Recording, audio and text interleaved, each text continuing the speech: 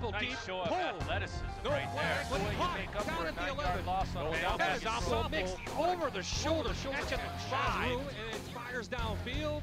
Here's Cohen. It's caught by Sample. This is another Fox 56 Sports presentation of the rivalry of the week on MyTV WQM1. 5-yard pass down to the 5-yard Big line. gain at the 45-yard line with pass as well. Cavasso was streaking in Hand off flying inside. like a maniac. From John Henzis Memorial Stadium in Peckville, it's the 82nd annual DePietro's Pharmacy Lions Club Dream Game. Good evening, everyone. I'm Bob I, joined by Amanda Kuhl and Aaron Dugan on the sidelines, and my partner in the booth for another season of high school football, John Mendola from the Fox 56 Sports Show.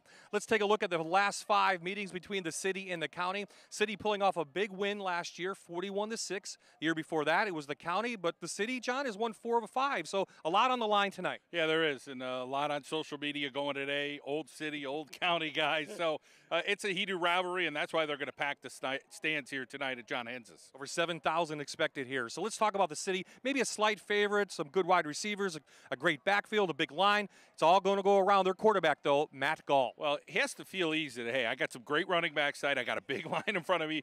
So maybe take a little tension off him. He won the quarterback job last year at West Scranton. He's actually going to head to Westchester to play baseball. So one final time for Matt Gall. Let's see what he's all about. The county defense will be tested, boy, but they have a great one in the middle. We call him Mondo, and we'll see him one more time. Yeah, one of the best nicknames in high school football we've had over the years. Mondo is a heck of a football player. He goes sideline to sideline, great form. He's headed to East Stroudsburg University to play football. He's got his work cut out for him tonight. Our reporters had a chance to catch up to both coaches. Let's go to Amanda first. Coach, congratulations on your first time coaching the Scranton Lions Club Dream Game. How special is it out for you to be out here on the sidelines tonight? It's an absolute honor and a privilege for a young coach to be selected to coach a game like this. For a game to be running 82 straight years, it takes a ton of effort from the Scranton Lions Club and our player-coach liaison, Jerry Prosciutti. There's a ton of guys that do a ton of work for this, so it's an honor to be on the sideline with such talented players. Coach, there are very few coaches, if any, that are better prepared for games than you. Talk about having only 6 practices as opposed to 12 that they had in previous games. How did that impact what you wanted to get done for tonight's game? Well, being this is my first time, I really don't have a point of reference to what it would have been like to have 12 days to prepare for a game like this. But I think the rule change is for the better. I really don't think we struggled to get things that we wanted to get accomplished in 6 days. It was tough because the first day had a little bit of rain. So I think it's perfect the way it's set up right now. Well, Coach, good luck out there tonight. Thank you. Aaron, over to you. Here now with City Coach Josh Waters from Holy Cross. Coach, we talked last week, and I know you were really excited to start to work with these guys. How have the last 6 practices been? Oh, it's been a blast. It's been a pleasure to work with all of these young athletes and just to see them perform. And they just made practice fun. It's some of the most fun I've had as a coach so far. You have a ton of talent on the team, but has anybody really surprised you these last few days? We absolutely do. We have some size, we have some speed.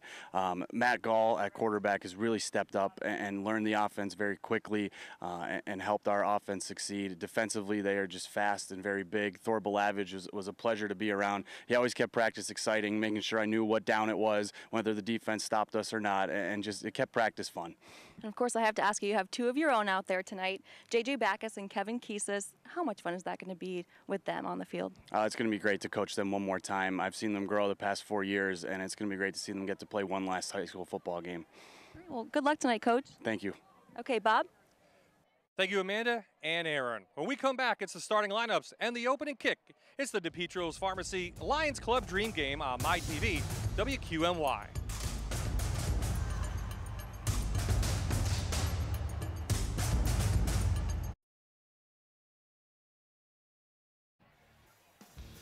It is a beautiful night in Peckville for the 82nd Annual Lions Club Dream Game.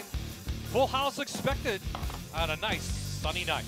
Well, there are some rules to this game, believe it or not, and they've adopted them over the last couple of years. So we can take a look at the Dream Game rules now from our full screen. One of the first rules, John, team trails by 9 or more, and they score, well, team gets the ball back. If they trail by 9 at halftime, that team will get the ball back to begin in the 3rd quarter.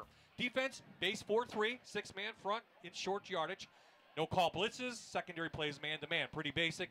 Offense, no huddle. That makes sense too. No empty sets in the backfield.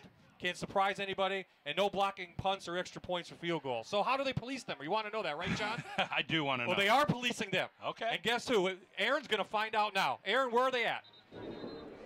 That's right. Even though it's an all-star game, there's still rules, and those rules have to be regulated. We're here in the box with Coach Repshus from Abington Heights and Brian Fahey from West Scranton. And why is it so important that we have rules in games like this? Well, the rules are put in place for the coaches and for the players. When you're bringing players together from all from different teams, what we don't want to have happen is terminology formations to be an issue as far as game preparation. So this is really to simplify things, have parameters, and allow the players to simply come in and showcase their talents. So you'll actually be talking to some coaches down the field? Yeah, there'll be coaches on both sidelines, and if there's some communication that needs to be done from us to the coaching staffs, then they will relay the messages as far as things that maybe need to be reminded to the players. I mean, these players are here to play football. Sometimes they go back to just playing football and what they're used to. So these rules are a little bit different, but just a simple reminder to keep things back into the context of the rules. Yeah, we want to see those big plays, right? That's right, big plays in an all-star game. All right, have fun. Thank you. Okay, Bob. John, it makes a lot of sense, right? Yeah, it does. You know, interesting as you read through these rules that, hey, guy goes in motion, you're in the secondary, you got to follow your guy. So, you know, little things, as you say, it's man-to-man, but you got to follow your guy, you know, things like that. So we'll try to give you a little taste of the rules as we get through this game. We have a whole 3 pages of them, too. We won't bore you with them. County won the toss. They will receive. Raquanda from Delaware Valley does the honors, and the 82nd annual Dream Game is underway. Looks like it's taken by Scott Wasilchak from Valley View, and the offense for County will be on the field. That's about the 27-yard line. So the County quarterback will be Jordan Hollander, number 9. He's from Abington Heights, and good guy for playing baseball, hobby, golf, headed to Dickinson. Had a nice year last year. 902 yards, John, 6 touchdowns for the Comets. Anytime you could go to Dickinson, you're hitting the books pretty good. So dotting the I, Cooper Califano with Mondo. They're going to come out throwing, and they're going to go long. Matt, all the way down to their tight end, Matt Fallon. Big play on the first play of the game. Wide open as soon as he released. He got lost. He had to wait for that ball. If he would have caught it early, would have got a little running room, but nonetheless, that first down changed the movement already. See the look here. He slips through. Nobody in the secondary sees him, and the delivery right there from Hollander. So big play on the opening drive, and this will go back to Califano. Couple yards inside city territory. So 2 positive plays so far for the County. Yeah, you get 5 yards up front, you're pretty happy. And you see a lot of yellow helmets in there right now. A handful of Old Forge guys starting there on offense. Cooper Califano. A lot of local guys going to local schools this year. Kings, Misericordia, Wilkes teams well represented here in northeastern Pennsylvania. Absolutely. Califano, wow, 1,500 plus yards last year, 28 touchdowns. They'll give it to Mondo. He powers up for a couple. Behind Christian Mitchell from Old Forge. Armando Salavanti loves to hit that weight room. Got great feet. Sideline to sideline movement defensively. Give him the ball, he'll run north and south for you. So there's the backfield for the County. Hollander, Califano, Savante. We'll also see Green back there from Riverside and Scott Wasilchak. Receivers, Horn, Egstad, and Fallon. After.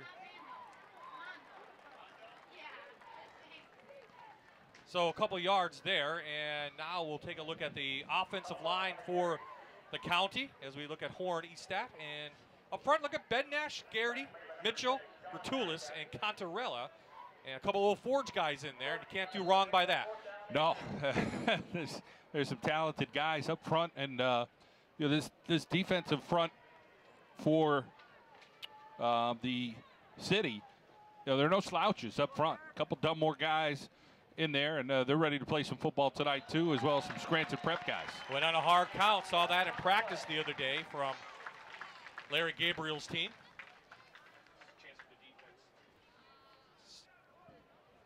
So referee tonight, Pat Sheehan. First flag of the game, and it will give the County a first down. if you think there's nothing to play for, that's just pure nonsense, because these teams will play to win this game. So after this play, we'll take a look at the City defense. And tonight, first quarter sponsored by Keystone College. Nice drive, 9:40 and counting, first quarter. Highlanders second pass. Gonna go long again. He's looking downfield. Wakanda picks it off for the City at the 3.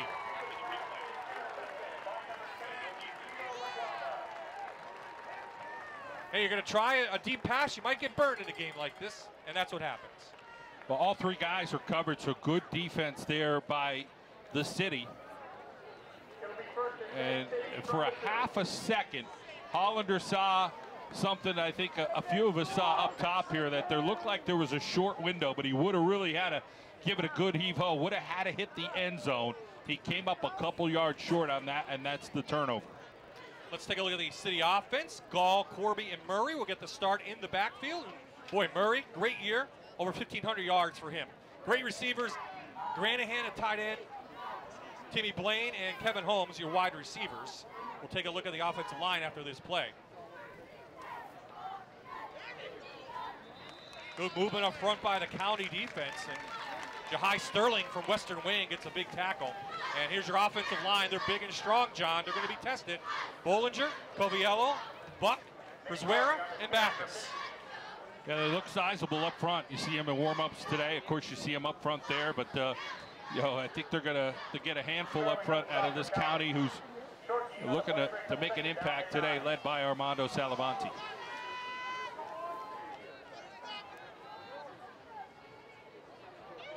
Murray, nice hole, but taken down again. Sterling in there, big number 78 out of Western Wayne, 5'9", 280, John. He got a big round of applause. There's some Western Wayne faithful here today, and he had 7 tackles and headed to Misericordia, and likes to have some fun. He's playing some good ball so far. Definitely a big test. Good size on that offensive line from the City. I know they want to power the ball. So a big third down early on. County would like a stop. Gall, first pass. He has room to run if he wants. Instead, he wings it to Holmes on the outside, and he'll bring it in. The Scranton Prep product gives the City a first down. Boy, that's great work from Holmes. He was totally covered in the initial part of the route, and Gall just kept coming around the corner, and Holmes worked his way back towards the sticks. Call it incomplete. I'm sorry, John. Oh, wow. I thought it was so that will go incomplete. So didn't get his foot down as we thought he did, and the referee made that call over there. So Holmes, he'll get the ball back, though. He's going to punt it away for the City. Yeah, he's a weapon as a punter. But good work from him, unable to bring it in, but at least he worked back to the quarterback. Holmes, he can lift it, but the County's going to get good field position as Green lets it roll by.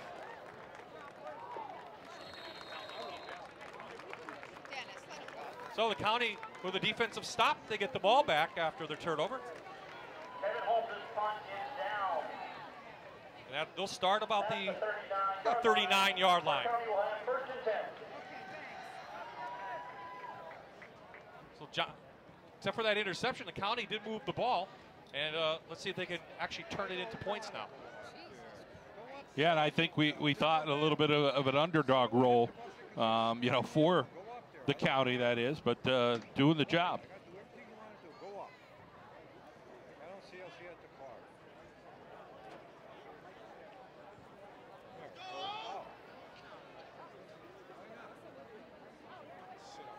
Hollander off the right-hand side. A couple guys battling in there. So Larry Gabriel on the sidelines. 8th season with Carbondale. Led his team to the postseason 3 years. They had a 9-1 start in 2013, and he's excited about what he has back for this season.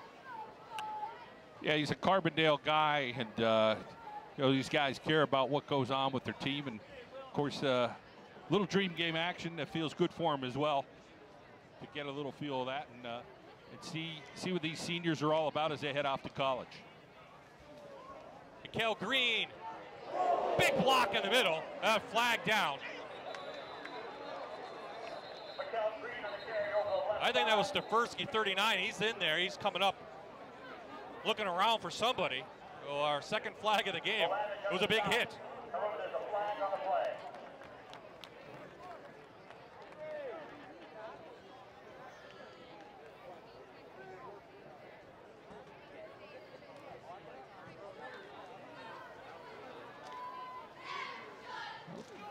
Didn't see Stefersky in there. He made the. No, he got blocked right at the end as he was trying to make the tackle. But this County offense right now trying to make an impact. Illegal chop block on the offense. 15-yard penalty from the spot of the foul. So Pat Sheehan makes the call and backs the County up to about the 26-yard line on the flag. Still second down. Midway through this quarter, no score in the 82nd annual Dream Game.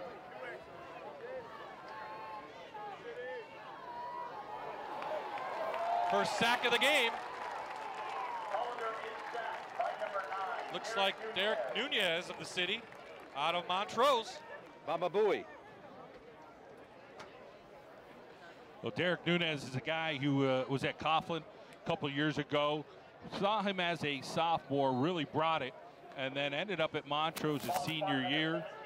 1,200 yards running the football, was kind of a workhorse for them. But you watch him play defense, he really could bring it defensively, and he just loves getting after it, that's for sure.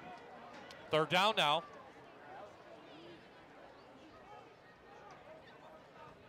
Horn in motion.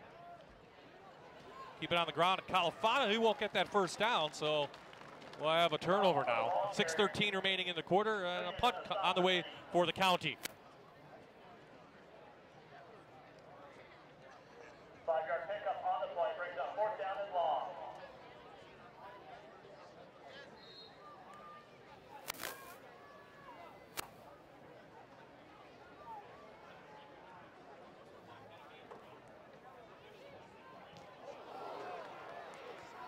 Someone might have got a hand on that punt. That was Balavich. Estat. And that will do it. It's right at the 50-yard line.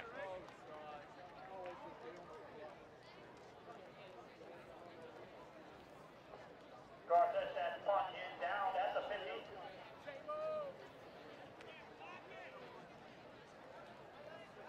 50. So both teams have had opportunities. 2 possessions for the County, just 1 for the city. One thing, you can't block a punt, Bob. So, you know, in the rules, defenses may not attempt to block a punt. Balavich came in. Surprised they didn't flag that. Yeah.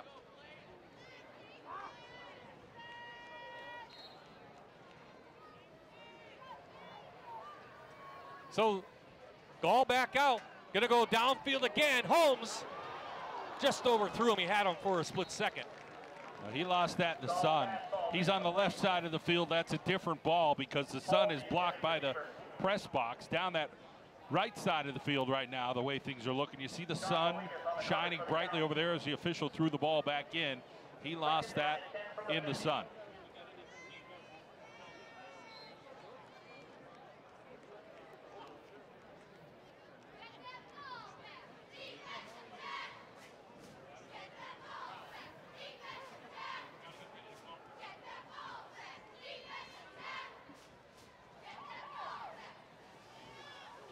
Off the right-hand side. That's Austin Cernak out of Delaware Valley. Over 900 yards for him and 14 touchdowns. So here's the County defense. They've had a nice stop so far. Promovich, Sterling, Hughes, and Nagel got the start. The linebackers, there you see Salavante. He'll be flexed by Kimball and Brzezinski. And the secondary looks like this: Molinas, Galarza, Tucker, and Fallon. So that's the County starting defense. Boy, 3 good linebackers there. Yeah, very good linebackers. All region type and Gimbal. Yep. Salavante. I mean, some real good defense. Brzezinski's no slouch. Oh, not at all. Timeout City. That's their first charge timeout of the half. So timeout on the field. 4:55 remaining in the first quarter at the Lions Club Dream Game. We'll take a timeout ourselves.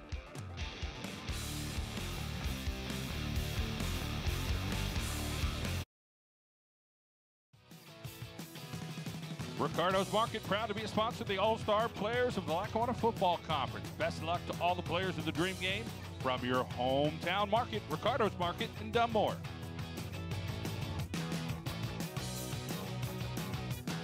Back in Peckville, the stands have filled up as you might expect. Everyone loves high school football in northeastern Pennsylvania, especially when it's the longest lasting high school all-star game in the country, John. Yeah, great tradition here, and these guys that started this, they love to keep it going from generation to generation here. Absolutely. Big stop in the backfield. Mason Hughes from Riverside, headed to Johnson College, makes a big stop. Yeah, very impressed right now by the defense. I think you're seeing the county really get after it defensively. Obviously, we have a defensive battle at this point deep into the first quarter. But getting great penetration up front, and the linebackers doing the job as well. Just unable to connect on the long ball here so far for this city team. That was Mike Ingley out of Wallenpaupack who had the ball. So another third down. City in county territory. 3 wideouts come in. Gall in the shotgun. Look quick out. That's Tim Blaine out of North Pocono. 7 touchdowns for him. He picks up a first down for the city. Yeah, nice first down here for the city to try to get a little momentum going. Looking to see if they can establish a run game at all. Blaine headed to the University of Scranton, who's an all-region player. Timeout on the field as well. Chain Gang has a link, I think, out. Tim Blaine likes to hunt and fish, as you might expect. You're up in the country a little bit.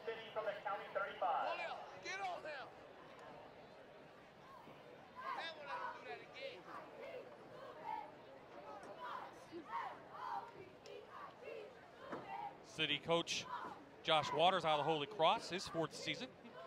Played a little football and baseball himself in the day.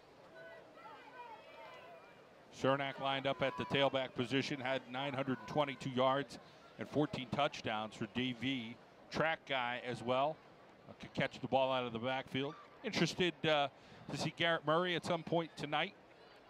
But Cernak is definitely capable. There, I think we got the chain gang fixed on the opposite side. County considered the home team. Valley View players are on the county team. So county stands filled with some players from Old Forge and beyond. Cernak, nice move. Cernak weaves his way inside the 24. First down, City. Great job from Cernak, reading his blocks and getting upfield. Getting close to a first down there. I think it's going to be enough to move the chains. Here you see he follows his guard, his tackle, fits through the hole, breaks that first tackle. Some more guys blocking downfield before he's finally tackled. But it's about 11 yards for that first down. So Gall in the City started this drive right at midfield. So they are taking advantage early on. They're at the 24-yard line.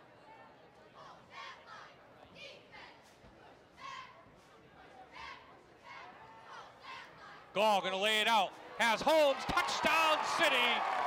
Kevin Holmes from 24.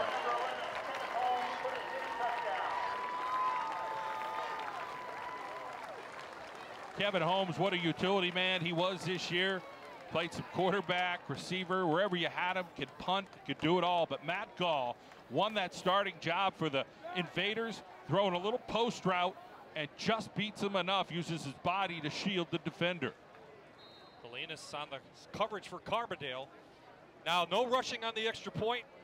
Corey Frick, the big lineman, gonna do the honors here. And what he did in practice, he won the job. And Frick goes off to the right, as neither team, John, wanted a kicker on the team. They wanted a guy who was gonna play. Neither team had a kicker, and there you see why. 6-0 City, 3:19 to play in the first. I think those are the toughest points, are the extra points at all-star games to get. Okay, Aaron Dugan has our first interview. Aaron, who do you have on the City side? That's right, here with Matt Gall, a big first play to start off the Dream game. What did that mean to you to be given that starting quarterback position? I mean, I wanted it for so long. I didn't even know if I was going to start for my school in the beginning of the season. And I came in here, I had a great season, and then it's an honor to be picked for this game. You have a lot of great targets to throw to out there today. Who are you excited about?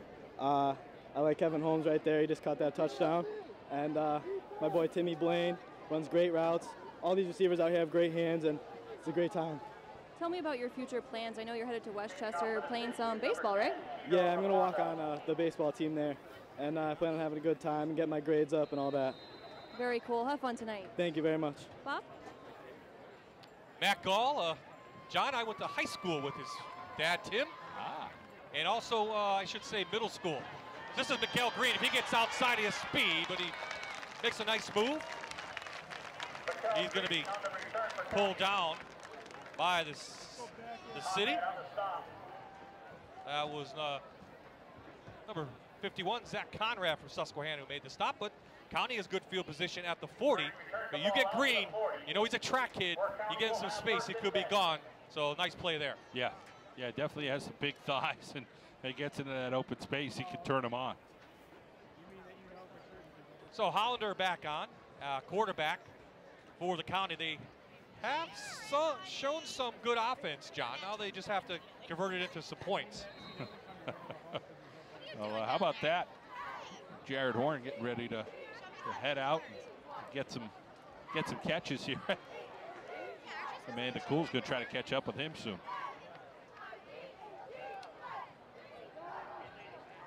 Set up a screen to Califano. Picks up one block. Up to the 47 for Cooper Califano. He shows he can catch, and that will be an asset of Kings. Yeah, Cooper, he could do a little bit of everything.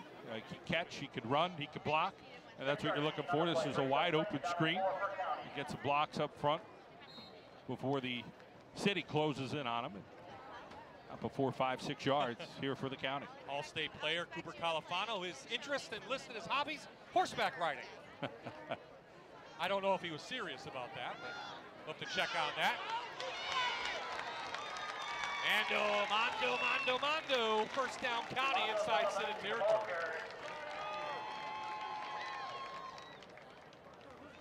They got a lot of weapons to go to here.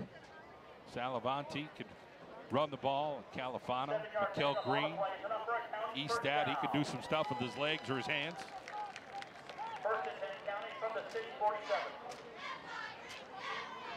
How much of a challenge is it to this County offensive line, knowing how many good players on the opposite side for them to play well tonight, John? Yeah, it's tough. Boy, Nunez is all over the field right now, doing a heck of a job. I think, you know, sometimes it's just a matter, little difference, you know, in flavor. So you get a little flavor there on the offense from Mikael Green. Scotty Wasilchek comes in. So talent is deep on both sides of the ball right now for the city and the county. And that's why we got a tight ball game here in the first quarter.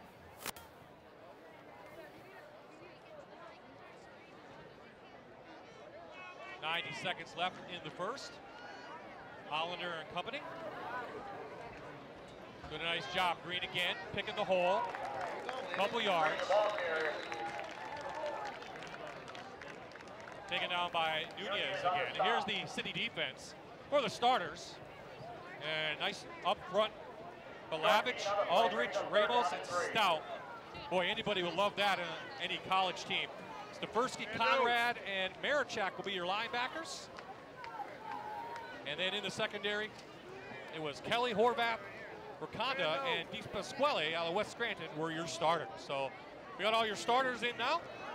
You'll see a ticker going across the screen with the rest of the players who are honored to play in this game. 36 in all. Hollander running for his life. Picks up a block. What moves? Hollander finds Green, and he drops the ball.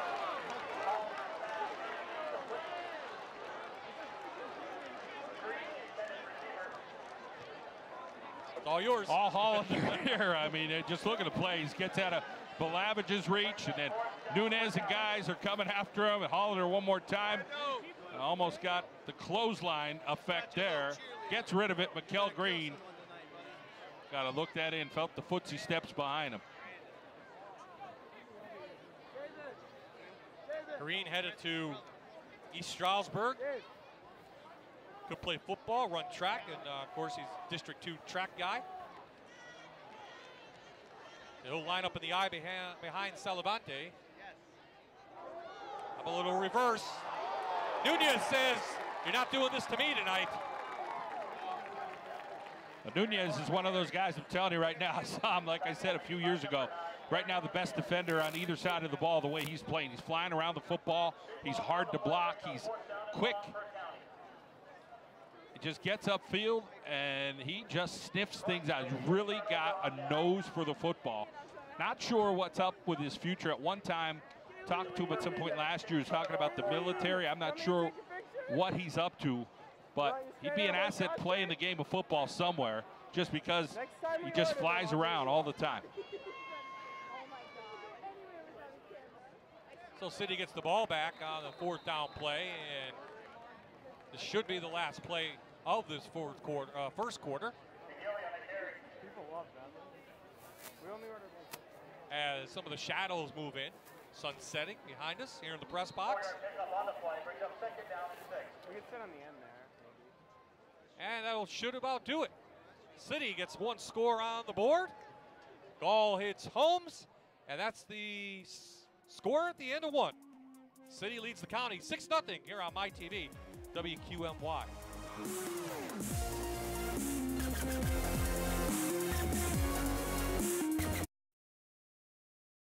Hi, we're the Holy Cross City Cheerleaders, and you're watching the Dream Game on MyTV, WQMY.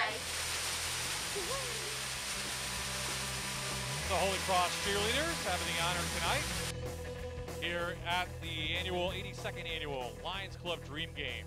Aaron Dugan with a special player who's having a great game so far. Aaron? Absolutely, Bob. Hey, Aldo, Derek I Nunez have having a Jarrett. fantastic game, running all around the field tonight. Are you having fun out there? Yes, ma'am, I am. Talk to me about your future endeavors. I know you have some military in the future. Yes, ma'am, I do. I plan on joining the U.S. Army. I already swore in. I'm going to be doing infantry. Sorry, I spat on you a little bit. It's all good. It happens. But I go down to Fort Benning, Georgia, August 29th, and it's an honor to serve our country. No other thing I'd rather do besides play football, but whatever. Good for you. That's fantastic. What made you want to decide on that? I've always been an Army kid. Ever since I was young, you know, you got people telling me, oh, join the Air Force. No, I don't want to join the Air Force. I want to be in the Army. I want to be a grunt. I want to be on the ground. Let's go. Awesome. Best of luck to you. Thank you, ma'am. Bob?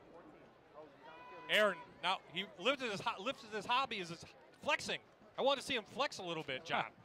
He's going to serve our country well. Yeah. He is an aggressive young man and there to help us out. So Congratulations to him, and such an honor, right? yeah, I mean he's a well-spoken kid. He's had a couple of challenges going on, but he doesn't stop, and he just loves the game of football. He's flying around out there. Well, Gall finds Holmes on another quick out. First down for the City. Joining us right now in the booth, the head coach of the Old Forge Blue Devils, my friend Mike Schuback. Coach, how are you? I'm doing good, guys. How are you? I'm great. What do you think of the game so far? It's definitely has its ups and downs for us on our side, but kids are playing hard, and it's always good to start the season off with a game like this. Here's Murray. He powers through, and of course, you've seen a little bit of Garrett Murray in the days at Dunmore, and your impressions on him through his career? He's a fantastic back. He plays for a championship program, and he's really established himself as one of the class acts around the league right now. Mike, some great recruiting locally. Coach Ross really done a fantastic job for Misericordia getting in there. I know some other guys are headed to the Wilkes or Kings, but Coach Ross, he's got a couple running backs headed his way. Yeah, we talked to the Kings coach Monday and prior to the game. He has 9 kids, too, going down. I mean, our local schools are really doing a heck of a job keeping our local kids here and playing. Nate Corby from Scranton. Get a bone. He picks up good yardage inside the 30. Another first down for the City as they have a nice drive going themselves here to begin the second quarter. watched the blocking up front and got around the D tackle. That's made a few plays. Sterling, who is headed to Misericordia, but Corby, a tough kid, a wrestler as well. He heads off his sideline, get a little break. Yeah, Sterling needs a break. Put up some big tackles early on. So Gall into the shotgun. Yo, Nate, let's go. Keep blowing the shoulder, yo. Let's go. They give it to Cernak. Big stop in the middle. And Amanda Cool has a special guest. Amanda, who do you have? Okay, stand by. We're good. I hear him. I'm joined by Old Forge wide receiver Jarrett Horn. Jarrett, congratulations on your selection to the Dream Game. I don't hear What's anything. that feeling like for you, being able to Is that suit what I up one last time? You're not playing in college, so this is really it for you. What's that feeling like? It's definitely a pleasure. I think during the national anthem it hit me that this is really it, my last ever game, but me and along with my teammates, we all want to go to the bank, so, and I can't be any happier playing with my Old Forge teammates one more time. What's that like, being able to play with Cooper and Mondo one last time in a field that you're pretty familiar with? It's a crazy feeling being back with my brothers. You know, it's awesome, so I can't take it for granted. Every play, I'm going to go as hard as I could for my brothers. Jarrett, what's your future plans? Future plans, I'm going to East Stroudsburg for computer science, hopefully do something with web designing, so hopefully that works out. Well, Jarrett, good luck out there tonight, and thank you so much. Thank you. Guys, back up to you. Versatile athlete, Mike, do anything for you. He played tackle if he had to, wide receiver, running back. Just one of those kids, he loves sports. Yeah, you know, you wish you had 5 or 6 of them on your team, but we've really prided ourselves the last 5 years of having kids like Jared, and he's seen it and embraced it. You know, we lose a kid with an injury last year in the first week. He leaves the corner position where he could probably be an all-state kid or all-scholastic kid, and he says, hey, I'll do it for the team, and he jumped to outside backer, and that's a compliment to him and how he looks at his teammates and how passionate he is for our program. But you wish you have your whole team like those guys. I don't know if they're going to be able to contain him at East Stroudsburg not playing any sports. He's going to be playing intramural or something. I mean, he's a guy who likes to get after it. I told Coach Santel, I said, don't be surprised if you get a call from me one day or something. I mean, Amando's playing and a lot of other kids that are going to Stroudsburg, local guys. And, I think he'll get an itch when he gets out there. But, it is a commitment, and it's something that, we're trying to stress to our players. It is not easy. It is not easy. So third down, Gall. A little out to Blaine. He's got it. That combination.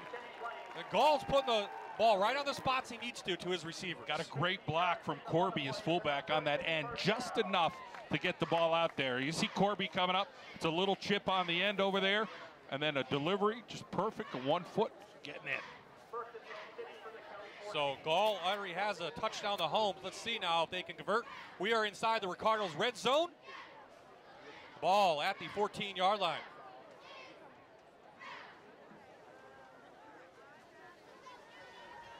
Cernak. Dot in the eye. He gets the ball. Gets a big block. Couple yards inside the 10 for the Delaware Valley product.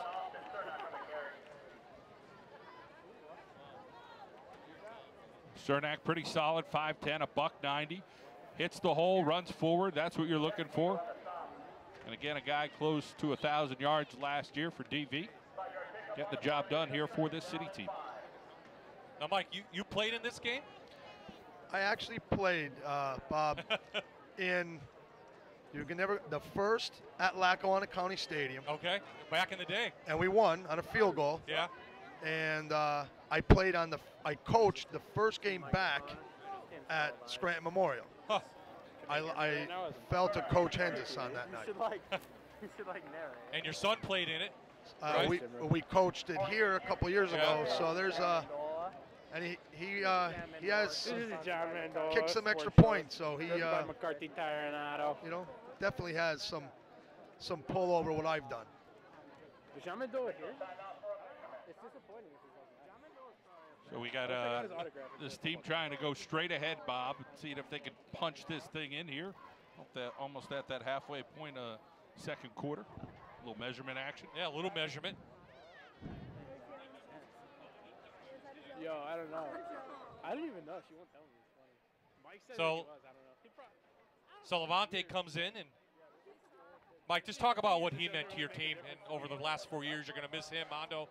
I mean, he's becoming almost an idol to some people. You know, it's he really embraced the leadership role that we so needed out of that group, and he did all the little things. And sometimes, County. you know, the hardest thing The about first charge, timeout of the half.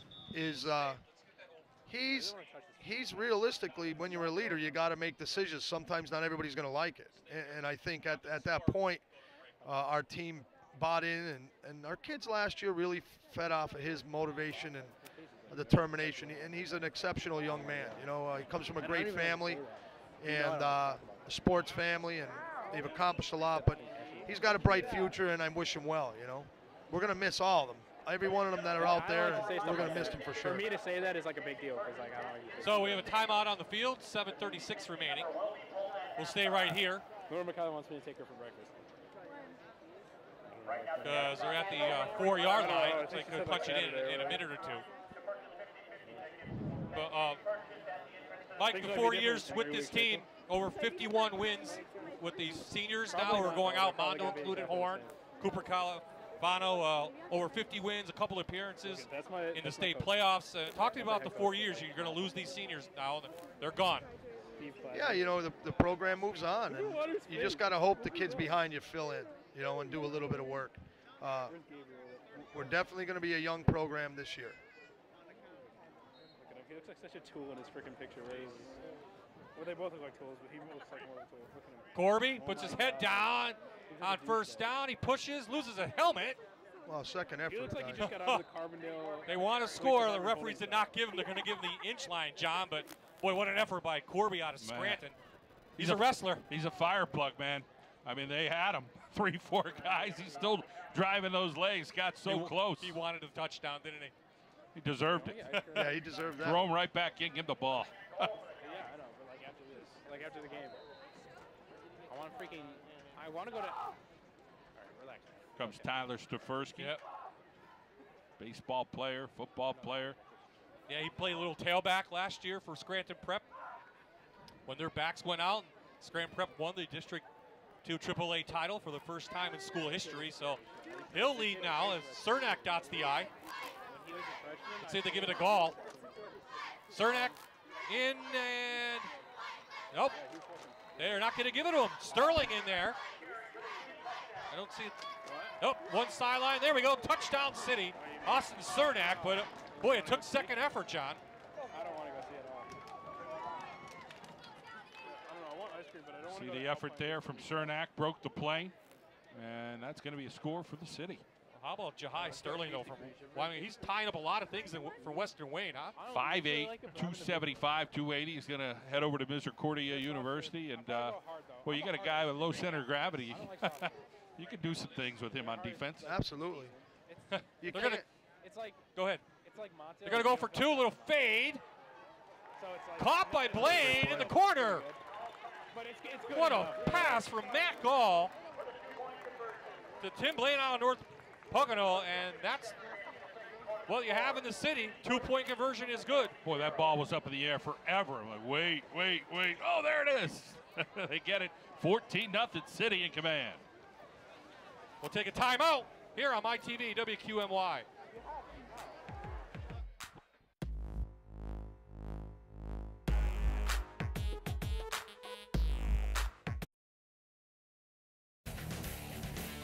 Welcome back to Hensas Memorial Stadium.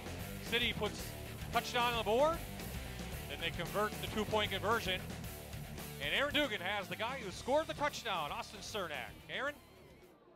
Austin Cernak from Del Val. This is an all-star game, but you came to play, didn't you? Oh, yeah. You know, everybody out here on the city team came. You know, it was a good week of practice. It felt great to get the pads back on, you know, and come out here on a Wednesday and just be out here with your opponents at one point, but playing on the same team. So it's really nice to be out here. Did you make any unexpected friendships with some of the guys that you played against? Oh, yeah, definitely. It's great because, like I said, like when you come out here on the football field in high school, we were competitors, so everybody's your enemy, but now all of your enemies are on the same team right now, and it's great, and I made a lot of friends. Now, this is your last game playing as a high school football player, but you will continue to play football. Tell us about that. Yeah, I will continue to play at Lackawanna Junior College. You know, I'm so excited, and I'm even more excited to maybe meet my friends again on this field. And, you know, the memories for this are going to be great, and I can't wait. Thanks so much. Thank you. Bob?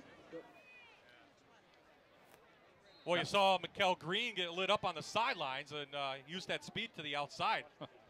Yeah, he gave us some problems for a couple of years. For him, Fallon, and especially Hughes. We're not, in a way, we're happy to see them go. Yeah, absolutely. Here's Scott Wasilchak from Valley View, his first carry, couple yards. Got to speak with Wasilchak's dad and put on some LB, some muscle in the offseason. Last year he said, I weighed about $150, you know, towards the end of the season. Came in this year about 172. So some work as he'll head to Misericordia University and hopefully fall into that tailback position. New quarterback for the county, Clayton Hewlett from Honesdale, 6'1", 175. He threw for almost 1,400 plus yards, 13 touchdowns. So nice career out of Honesdale. Hewlett in there. He's headed to Penn State, not to play football, but to enjoy the experience with the Nittany Lions. Here's Wasilchak. Straight through, couple yards near the 50. You know, guys, I can't keep saying the same thing with all the kids locally staying at local schools. It's to play in front of their parents and their families and their coaching staffs. It's such a big thing for the local colleges to keep pushing up here, and you're seeing a lot more kids staying home and playing. So all the talk, Mike, in the offseason is their reclassification. So there's a new Lackawanna League, Division III. You're in this. 9 teams, 2A and 1A. When you look at that, what's your first impression? Wow or oh boy? Yeah, you know, hey, it's that's a lot of teams in that division. You know, it is what it is. You got to play the games, and I didn't think City was going to kick this much ass. Obviously, I'm excited because I would play a tougher schedule anyway. Yes. But being a single A school right now, with seeing the jump to 6A and the size of schools that you're playing, you know, it can be a burden late in the year. You know what I mean? But in the beginning of the year, we should be all right. Now you get one non-conference. Now you used to play some Wyoming Valley teams. Correct. That one non-conference is it Hanover this year for you? We open up at Hanover, Hanover, correct. yeah. Yes. Now you would play a GAR or a Lake Lehman. You don't get that opportunity now, but you do get Dunmore back. Correct. Last game of the year. Great program, great game. Come on, I thought the one where I said Here's Green, and he's picked off. Good defensive play on the city by Matt Kelly out of North Pocono. Well, it was 4th down, and they decided to go outside here with Green. Salavanti gets a hat on Nunez. That's a heck of a collision. But play before that, it was Armando Salavanti and Stefersky. And then finally, the city coming up with another defensive stop. So good play out there on the outside. So Amanda has a special guest on the sideline, and the 4th down as the city takes over. Amanda, who do you have? I have Sean Belinas from Carbondale. Sean, you know, it's a little more emotional for you. You're playing for your head coach one last time, but you're also playing for your stepdad who's coached you since you're 9 years old.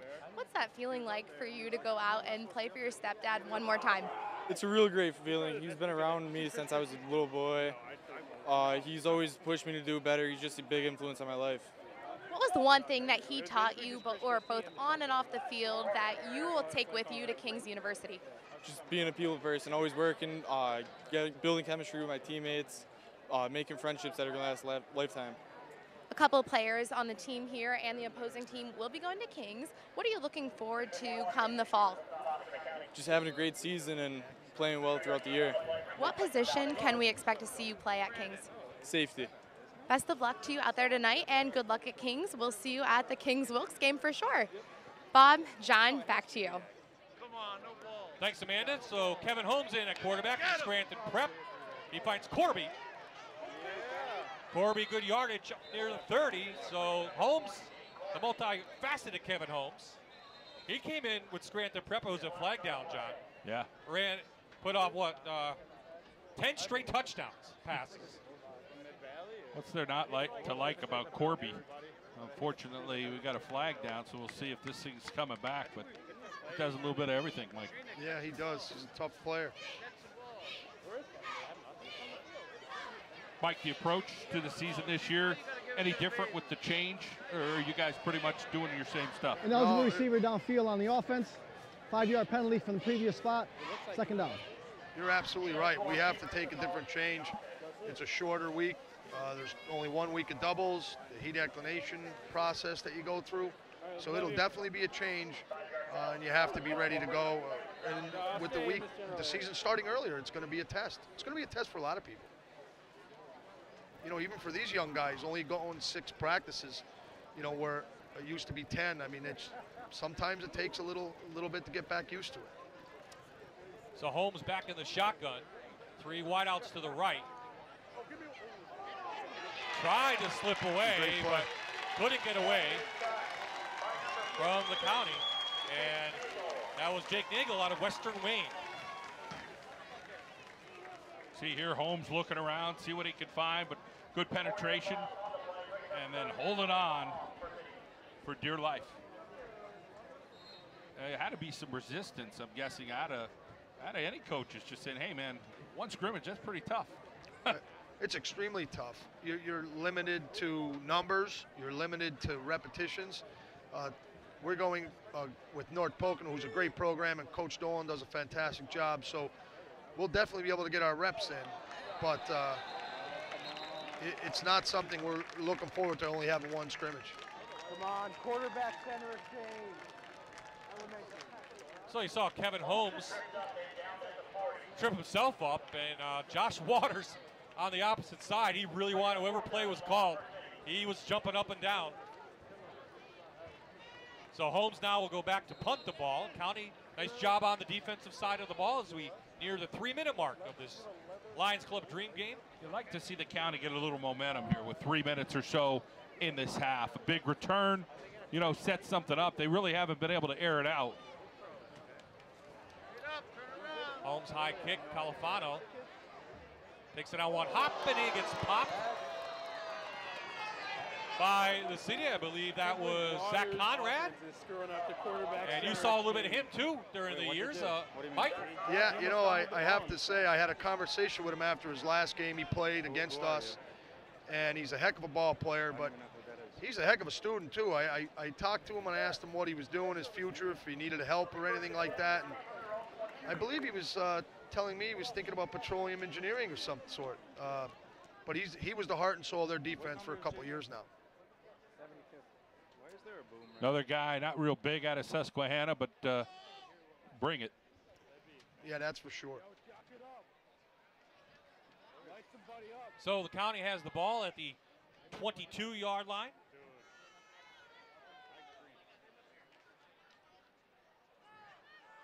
This is Califano. Heads towards the sideline. Takes maybe a late hit, but he picks up just about 11 yards. Now I think the competitive juices are kicking in now. Great drive over on that right-hand side by the guard and the tackle. And then a good little block out there from his receiver to get him an extra yard or so. Califano, of course, knows how to read his blocks as well. Yeah, he definitely, when he rounds the corner, he has deceptive speed. What he's done, he was another kid for us that, you know, people asked last year and the year prior, where did he come from? Well, when you play tailback against that team a few years ago, you learn how to run the ball. So the officials over on the sidelines, we may have an injured player down as we see the trainers over there. Mike, how do you keep it going as far as running backs? You've been pretty fortunate, whether it's a fullback, a tailback. Kids just step up, and I guess you're saying, hey, it's another year. We got to have somebody else step up this year. Well, John, I'll tell you. I mean, that's one position we're not lacking in right now. We're struggling on the edge with some skilled kids with wide receivers. Really, the loss of Horn and Joey and Hobbs and those guys that we had. That'll be a significant blow, but we have Brendan Mozaleski in the tailback position, Ian Hook, who's a fantastic junior. We have 2 fullbacks now, and we also have a sophomore, 2 sophomores, Anthony Rios, who could be an X factor, and I think he's really going to surprise people with his ability to stretch the field and get outside. And, you know, we got another sophomore in Tommy Soyavon that could do everything. So that doesn't seem to be our problem. It seems that our numbers are a little down this year. We're surprised about that. But single A football, around 30 kids, that seems to be the number. You know, but running back, you know, we lose some good ones. But like you said, it's just the next one. It's the next one in. You know, that's the way it works. So it wasn't a player, it was the chains that needed a little attention from the trainers. Califano gets hit in the middle. Taken down quickly by Stout in there from Dunmore. So second down on the way. County would like to get on the board. Bob Stout finally graduates. Yeah. He's been there for 4 years, varsity starter, a heck of a player for Coach Henzes. Yeah, headed to Johnson College. Obviously will not play football there. Does like the bowl, though, hunt and fish.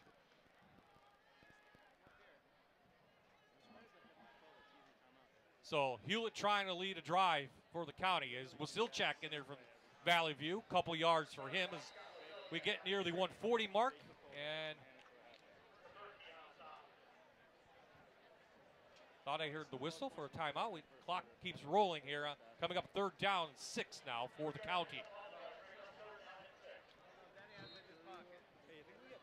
A lot of running here for this county team. Need some kind of sprinkle here. Slant pattern, something. Again, you're going man-to-man, so you got to be able to beat somebody too. But see if they can get a little delivery. Yeah, the rules are for sure for the offense. Well, yeah, there's not a limit on what you can do. Nunez gets a nice start. Can't get in there. Thrown downfield.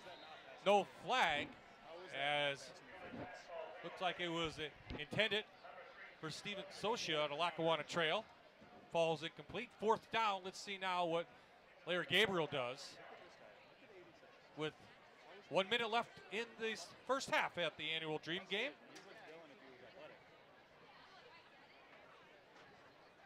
So, Mike, what are you most excited as we'll say goodbye to you for this season? Well, it's the next step for kids that have worked hard last year that didn't see the field a lot. Their opportunity to be put out front and get their chance to play. And, you know, for this senior group, it's the freshman team that was never there. You know, so we brought these guys in when we played in the state championship game many years ago, and it doesn't seem like that long ago, but it was. And so it's bittersweet. You know, I remember those kids when, you know, they first started and showed up, and we had to break the news to them that you're not going to have a team, and now they're on their way out. So time is nobody's friend, you know, that's for sure. And but I'm excited about the opportunities for those kids that put so much time in and have been a part of a great run of success. And you know, the reservation is, you know, are they ready to handle that? Are they ready to handle the expectations of what we've done and what we've accomplished? And I keep trying to tell them, just do your job and everything will fall into place. Mike Schuback, the head football coach from Old Forge. Expect to see them later on the season. Mike, good luck. Thanks for joining us. Guys, I really appreciate it. Thank you again. We'll see you in the season, no doubt. All right. Okay, so a little reverse coming. Holmes gonna pass it downfield. He has Blaine wide open. Can he get it to him? He does. Wide open downfield. Timmy Blaine finally taken down by the county. Looked like Tucker down there. Little trickery. How about that? Blaine just waiting for that ball. Josh Waters saying, hey, man, I got to get me a win here with this city team. He is excited. He's telling the guys, hey, this is what we got to do. Get downfield. Let's kill that clock. Down to the 26. Gall in there again. Gall going to go to this time to Holmes. Holmes in and out of his hands. Estat down there on the defensive side from Lakeland. They may come right back to that. Garth Estat matching speed with Holmes. A little bigger. That's probably about a 6-inch difference in height. I'll tell you what, though. Gall has placed everything pinpoint accuracy tonight. Yeah, Gall's playing some good football. He's going to play baseball at Westchester, but looking sharp here. 4 wideouts. Murray next to Gall. 22 seconds left.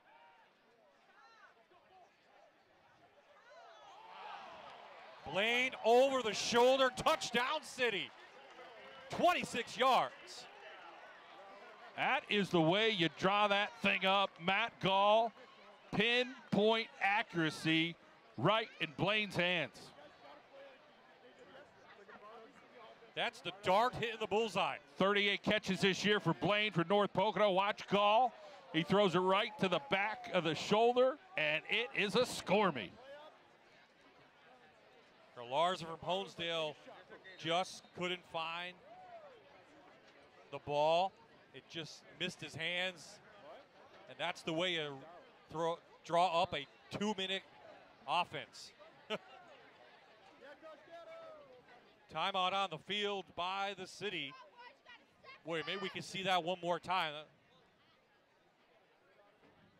Thank our sponsors tonight, Ricardo's Market, Lackawanna College, Wendy's, Keystone College, and Luzerne County Community College. John, the counties played tough, but the cities played a little bit better, especially through the air. Yeah, they've been able to finish. And again, that get somebody like Matt Gall throwing the ball, get hooked up with Holmes, hooked up there. Holmes hooked up, throwing the ball. Or flying around on the defensive end.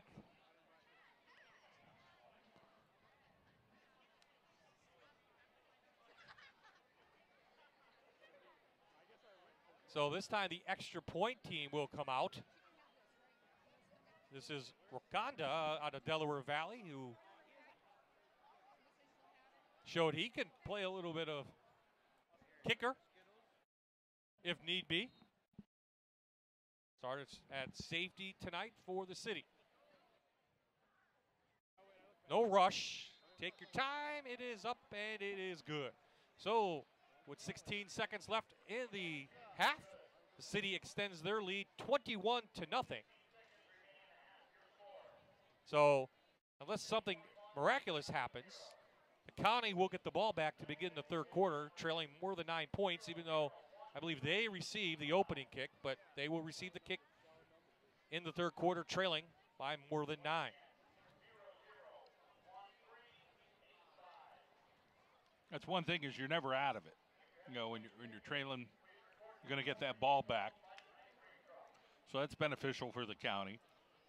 16 seconds. They do have a guy with some super speed that if he could break through, may be able to score and put some points up on the board. Well, Hollander's no slouch throwing the ball around, and neither is Hewlett. They both threw for some good yards, so they can do it if they need to. They're going to have to go to the air a little bit more, I think, than Larry Gabriel wanted to. You know, this team based more on a run offense with 3 great tailbacks and use that offensive line, but things will have to change at halftime. What do you think, John?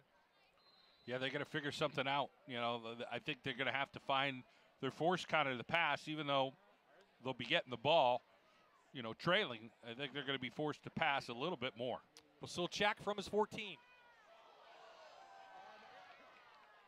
Scott Wasilchak up to about the 34. About 12 seconds left here.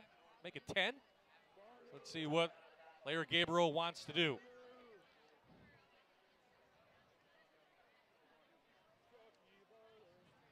So we had just one score in the first quarter as Matt Gall hit Kevin Holmes on a 24-yard pass. Then the City scored in the second quarter. Austin Cernak completed a drive. That made it 14-0. And then the City, Gall this time to Blaine, 26 yards. And that's our score, 21-0, which should be the last play of the game unless it's an incomplete pass. They're going to set up a little screen to Green, but breaking that up in the middle. I think he might have intercepted it, Belavich. Is that Belavich?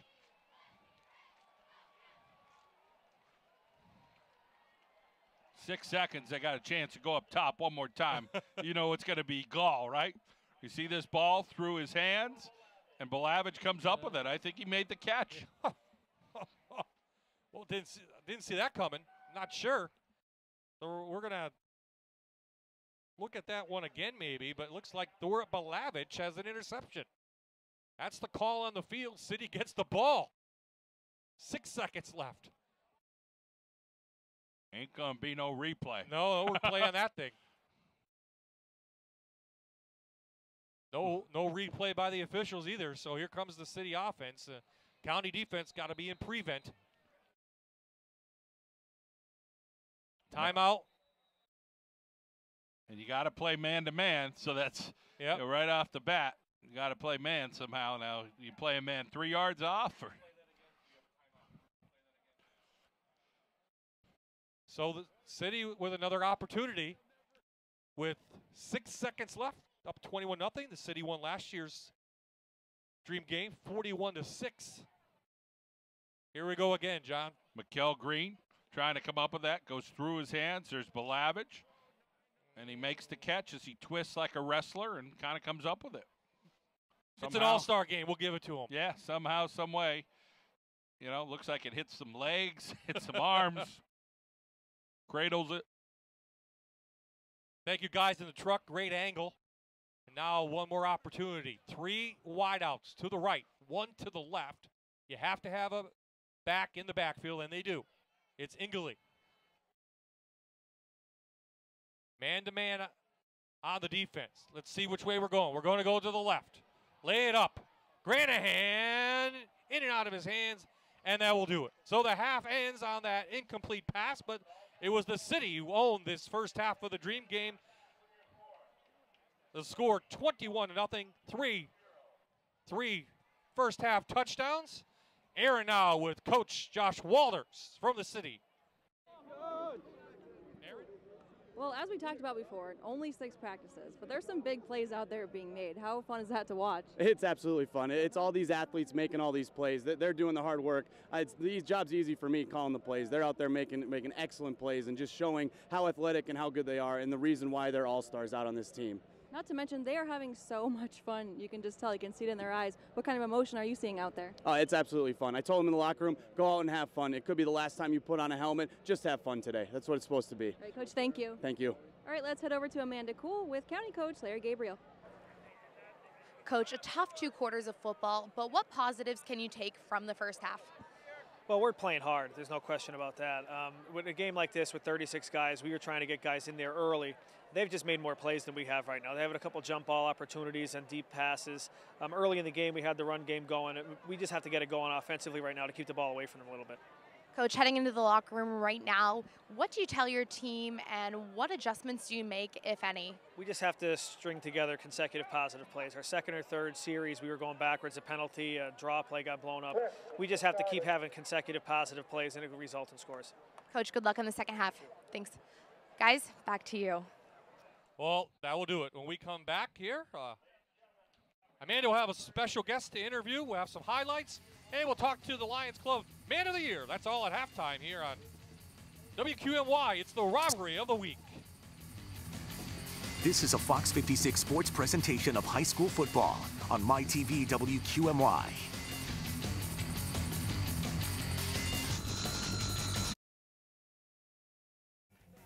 Welcome back to the 82nd annual Dream Game provided by the Scranton Lions Club. We're here at Valley View at the John Hensis Veterans Memorial Stadium. I'm Amanda Kuhl for Fox 56 Sports, and I'm joined by Chris Kaharski from PAFootballNews.com. Chris, thanks for joining us tonight. A lot to talk about tonight when it comes to the reclassification of District 2 football. What can we expect to see in the fall? Yeah, I mean, it was a statewide initiative that basically has been talked about for a while, and they finally did it. Not just in football, but other sports too. But as far as football is concerned, it went from 4 to 6 classifications. And in this district, it's going to change things a little bit, change the playoff structure, change how people can get to the state playoffs. It's going to be a little bit of an adjustment period. I think a lot of people have been very critical of it, but really it's going to be a wait and see. I think it's going to take about a 2-year cycle to see if it was a good idea or not. Now, the reason the PIAA decided to do this was they wanted to spread out the championships more. So every year now there'll be 6 state champions instead of 4 state champions. And obviously that makes it a little better for some teams because some of the bigger schools that were going against really big schools have a more level playing area. And again, it's something that was talked about. It really was a complicated process. It probably was talked about for the last 7 or 8 years, and they finally got the agreement in, and they put it in and got voted on, and so that's where we're going to go, at least for the next 2 years. That's what we'll see. Chris, is this something that you think helps the smaller schools, or who does this benefit? I think it benefits the 5A and the 4A schools because those are the ones that were actually, if you were a 6A school or 4A school in the past, like Hazleton, you were a big school in the state picture. But if you were a team like Scranton High School, you were small compared to those really big schools in Philadelphia and Pittsburgh. So for schools like that, now they might be down a level, playing a little bit closer to teams their size rather than having to play the biggest teams in the state to win a state championship. Chris, there's also something we also want to talk about tonight. It's the Pennsylvania Football News Resource Guide. It's a book that you've put together. Tell everybody at home what they can get in this book. Yeah, actually, this was started back in the late 90s by 2 gentlemen named Tom Elling and Rich Vitog. They were pioneers for covering high school football throughout the state. And I took it over a couple years ago as editor of the Pennsylvania Football News. And the book itself is actually 400 pages. It's the Bible of high school football. And we're going to be republishing it again here in a couple weeks and sending it out for print. It's got everything from all state teams from as early as 1939. It's got every Big 33 team that's ever played, the champions from every year in every district. It's got all the team capsules going into 2016. It's a great book. If you're a high school football fan or if you know a high school football fan, this is definitely something you want to get your hands on. The history in this book is amazing. And the District 2 people especially, you go back and you see some of the names, it brings back a lot of memories. Chris, where can a football fan purchase this book? Yeah, we actually sell them online, pafootballnews.com. You go right on there and pay. Right now we're still taking pre-orders because, again, the book hasn't been printed yet. It'll be printed towards the end of the month, and we'll ship it right to you as soon as they're ready to go. But it's a great book, and we hope people keep purchasing because we want to keep it going every year. Chris, thank you so much. Thanks, Amanda. Coming up, we'll have Aaron Dugan on the sidelines with the Scranton Lions Club Man of the Year, Nick Donato, and then we'll have the second half of the Scranton Lions Club Dream Game. At halftime, the city leads the county 21-0. We'll be back after this break.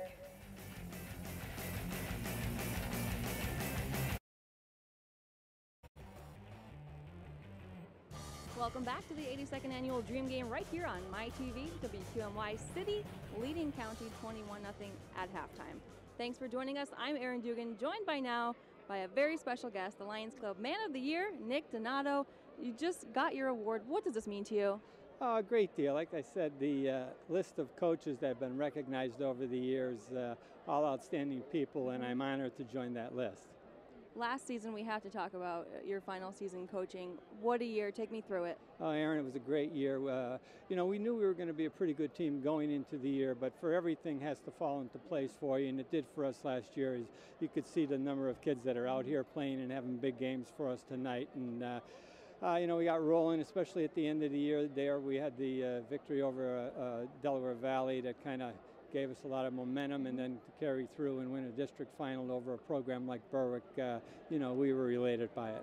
Let's go back to your time at North Pocono. Really turned that program around. What do you remember from that time? Well, we started out my first year, we had a great group of sophomores, and third year we had an outstanding year. We played Berwick in the Eastern Conference Final, and again, it just kept getting bigger and bigger. By the time we were finished, again, we were the kids were committed to the program and they were willing to pay the price, and I had a lot of help. Now, I know this award means a lot to you for many different reasons, but one of them being your father. Tell me about that. Yeah, well, my dad was a heck of a high school coach. He started back in 1946 and had some great teams. His era was really through the 1950s into the early 60s, and he coached in this game 8 times, and he's the winningest coach in this game. He had five wins in it, and I'm proud of all his accomplishments. That's so great. Congratulations. Thank you, Aaron. Appreciate it. All right, we'll be right back with much more. Stay with us.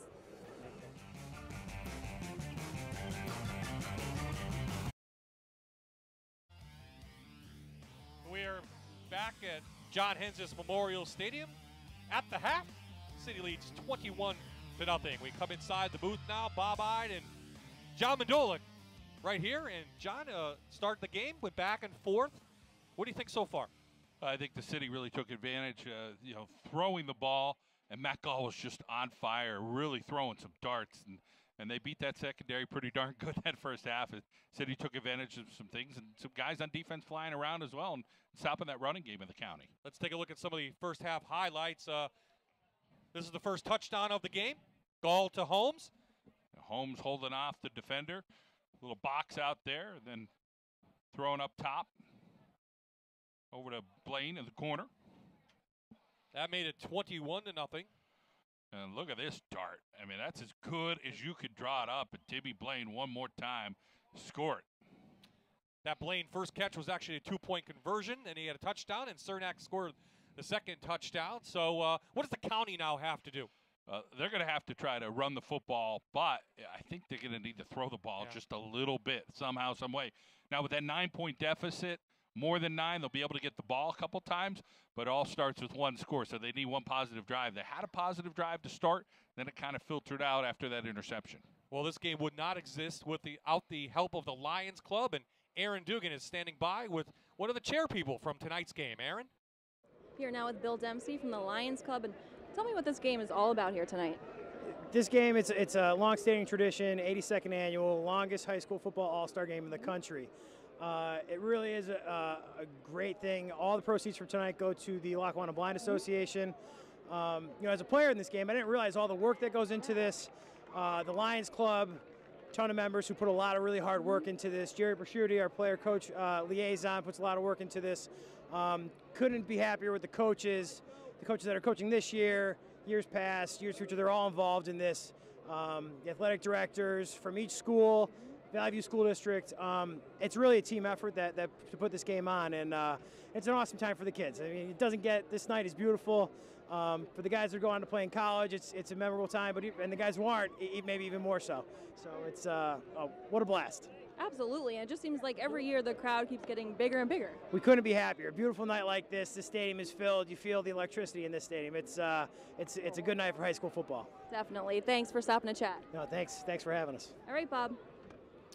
We want to thank the Lions Club for letting us again televise this game here on MyTV WQMY, John. And despite the score, you still get these big crowds. It's the kickoff really of the high school football season. They moved it up a week a little bit, but big crowd here tonight. Yeah, nice to see. People get excited about it. Back in the day, Unico used to do their game in June. You'd see some good crowds. They changed some stuff up. Kind of went with a Thanksgiving weekend theme. But this Dream Game, again, tons of tradition, much like Unico and the Dream Game, a little longer running game, and just some tremendous efforts from the programs, the coaches, of course, the communities, and these players. And, man, many of them, will go on to play at that next level. And, well, you look at some of those statistics out there and, how many kids play high school football, how many will go on to college. Very, very few will. But we seem to be well represented today of some of these student athletes that are going on to play at the next level, albeit Division III, Division II, or maybe they're going to wrestle or do track and field at the next level, but they're going to do something. So we've seen some outstanding play from the receivers, but Jai Sterling for Western Wayne, John, in the first couple series, he made his presence known on that defensive line. Yeah, I mean, he's not real tall, but he's a big boy, about 275 pounds, and made a couple big plays early to try to get his team going. And of course, that's what you want to do: fire up your players around you. They get to learn a little bit about you, and albeit 6 days of practice as opposed to 10. Those are some of those bonds that you form in a short amount of time that they go on for years to come. You get to know what some of these guys are all about, and at one point arrival, and now all of a sudden, you find yourself together at a East Stroudsburg or somewhere, and who knows down the road that those friendships will continue. So we're winding down halftime. County will receive the ball down 21-0. It gives us an opportunity now to introduce the head football coach from North Pocono, Greg Dolan. And Coach Tim Blaine, North Pocono, big touch. What a catch from him in that first half, huh? Yeah, what a great kid. He did it all year for us. That's why he's an all-region wide receiver. I just want to thank you guys for having me here, by the way. I'm honored to be here on behalf of North Pocono High School. But Timmy Blaine, what could you say? Throw the ball up and he'll go get it. You have also Matt Kelly in there. You're going to lose him a little bit. And Persuera. So you're losing some good talent, but you feel like the cupboard's not bare for the Trojans. Yeah, we like to think so. I mean, we lost great kids. Obviously, Matty Kelly's doing a great job at corner, and our 2 linemen, Trotter and Persuera. But, Timmy Blaine, but you're going to lose somebody. We like to think over the course of these last couple of years, we're building some depth in the program. So we think we have a lot of good kids coming back, but we'll certainly miss them. You're going to have a horse in the backfield this year in Tyler Musgrave and a young quarterback who's pretty darn talented as well. Yeah, John, we do. I mean, I think Musgrave is going to be a great kid for us. Very physical, has worked very hard, had a great track season, as you guys would know. And Timmy Blaine, also the younger brother or Donnie Blaine, the younger brother of Timmy, had a great year for us as a freshman, and we expect great things from him. But we'll go as far as our linemen and our running backs go. So we have some clock issues here. That's what we're waiting for. The clock has been turned off, so I'm not sure if someone hit the button or what was going on there. So we're in a stall mode a little bit. There you see. No clock can't play, so we'll see what's going on here for Valley View. Officials are going to keep it on the field. I think we're going to get this one underway no matter what. Crowd's chanting. So it's the county. Mikael Green from his 15, looking for a block. Great speed down there. Nice tackle on the city side by Isaiah Reels from Wallenpaupack. And Amanda Cool has someone from the county. Amanda? That's right, guys. I'm joined by Joe Pigeon. Joe, you went to a ton of schools growing up. Take me through some of the schools you went to and how you got into playing football. Okay, so most of my life I lived in Hawaii. I lived there for 4.5 years. I went to middle school up there, and my freshman year of high school, I attended Aliumanu Middle School, and Radford High School is where I played my first year of freshman football. However, I learned most, I started off playing like Pop Warner football. That's where I started off my football journey. I went through a lot of, that's where I learned how to play football. My coaches, Coach Fa'a, Coach Kui, they taught me a lot then. That's where, when you grow up, that's where you learn most of your skills and everything. In high school, the coaches can teach you the plays and everything, but as a kid, that's when you really absorb, how to play football. And in high school, you played your last year at Lakeland. Talk about the roots that you had at Lakeland and what it was like playing your senior year here. So I have uncles. My dad attended Lakeland. In fact, he was on the 87 Chiefs, the undefeated 13-0, which is quite remarkable. So it's a lot to live up to. Already I'm coming here, and people know my name. The coach already, saying we need a linebacker. I'm a linebacker, so I'm already hearing that. I'll be starting once I get there. They need me. So, it's a lot to live up to. Congratulations, Joe. Thank you so much. He's the first Pigeon from his family to play in tonight's Dream Game. Guys, back to you.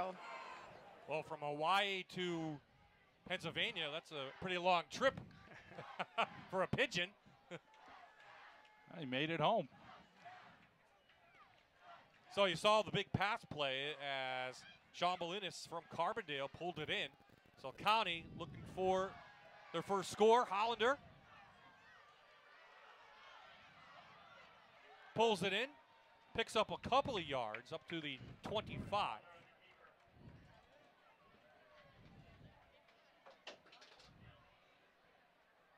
See Hollander looking around on that play as he finds Bolinas. Had some room to run, but he decided to go up top, and Bolinas comes down with it around that 28-yard line. That big shot in the arm the County needed was a big pass play. Now they see if they could get that first down to try to get into that end zone, Coach. Yeah, I think what's happened in this game so far is that the defensive line from the city's been dominating. Now he had a little bit of time, some scrambling, but that's what this game is falling into a little bit. If he has some time, there's some athletes out there. Man coverage allows for the game to get back and forth a little bit and get back quickly. So Hollander back, avoids the rush, but then is finally pulled down in the backfield. There's that great pass rush again. You control the line of scrimmage, you control the football game. Looked like Trotter out of North Pocono. Got a mid in there. I think we're going to see a flag here. Yeah. And we had something the coaches talking over on the sidelines as to, hey, there's something they can't do, and I think we may see that over on the defensive side. So now here comes the flag. And we talked about the rules early in this game, and again, trying to be policed up from the booth by a couple of Lackawanna County League coaches. Will actually have something go against the city. You know, they have rules of how wide you can put your defensive ends there, I think. It might have been he's too wide. If you're outside the tackle box, that could be illegal. Also a linebacker getting out of the box before the play. So that could be some of the infraction there. But Towards Toad. Once again, that's a blue Mazda. Illegal defense on the defense. Yep. It's a 5-yard penalty, 4th down. Okay, so you heard Pat Sheehan say 4th down coming. Well, I think it might be 3rd again. It might. We'll see. The chain gang has it listed as 3rd down. And I think now Coach Gabriel wants to find out what down it's going to be, because it's a play call here. It depends on, you have 2 downs to get the 1st down or 1. yeah, I mean, obviously that's used right down here in the red zone. So I would have to think they'd get the down over again. I wouldn't think they'd penalize them right the down in that situation. Yeah, because the play wouldn't count. A penalty would overshadow that. Yeah, you could see that, you know, the organizers from the Dream Game looking at it, so they have to get the rules straight. A lot of rules in this game, guys. A lot of things we you have to the be 3 aware pages of. here. It's 3 pages with yes, it. It is. Yes, it is. And there's nothing listed about the offense. We're in some Big 33 games, the East-West game, where you have to pass so many times versus running. That has not been implemented into this game yet. Yeah, not the percentages, but, you know, the way they're having them play the defense where you have to keep the linebackers in the box, it's hard to run, and you really have to take the man coverage out there on the outside. And you could see that the city is doing a great advantage of that, right, taking great advantage of that right now. So, you know, we'll see. But I think they're trying to have you throw the ball. I think we got it worked out. Looks like 3rd and about 2 yards coming up. I'm going to try to run that ball inside the tackles if I have to for 2 yards here, because I haven't had a lot of success on the outside. So to see if you go straight ahead, get the 1st down, then see what you can do if you have to throw a couple. I Maybe agree. Hollander outside the pocket, just run it. They're going to go to the air, actually, and into the flat, and it's Maddie. intercepted. Kelly, no one to beat. Hollander trying to get him. But Greg Dolan is jumping up and down here in the press box. Touchdown City. Matt Kelly from North Pocono. And it looked like almost 80 yards and plus. I wasn't too biased there as a reporter right now. I'm No. sorry, fellas. I was supposed to be a guy up here being a little bit unbiased, but, you know. Great kid. Great kid. Wonderful kid. Great athlete. So happy that he's on the football team. And Here it is. Off tip drill. Bolinas couldn't pull it in. Stuff you work on all the time in practice, Coach, and it pays off. Absolutely. Athletic ability, just getting that tip ball, you know. And, you know, you look at that 3rd and 2, like you said, maybe run off tackle, maybe get the 1st down, and you get the completion there. You don't think about it, but what a great kid. Works on the weekends. He's always working. On Carriganells. Yep. You go to Carriganells. Matty Kelly's there. Yeah. We'll have to go down there. We know he plays lacrosse. Yep. Right? Great lacrosse player. Great lacrosse Yep. player. Now he's going to college. Yep. But I don't think, is he playing any sports? No. I didn't think so. He's not. VMI. Yep. But what a great kid. You could see 2 of our great football players on this field today. Very proud of them. Well, the city extends the lead. Number 18 being called over. When we come back, Aaron Dougal will have Kelly on the sidelines. 28-0 City in the 3rd.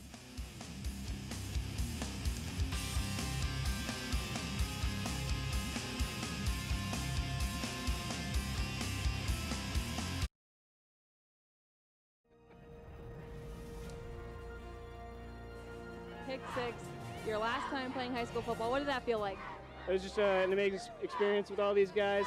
I didn't expect to get one this early in the second half, but they'll toss us into the end of the game. We're looking for a win. How about playing with some of your teammates? How great is this for our last memory going out? It's great. We started off with 2 guys on the team. Now we have 4. The more the better. We're really enjoying it.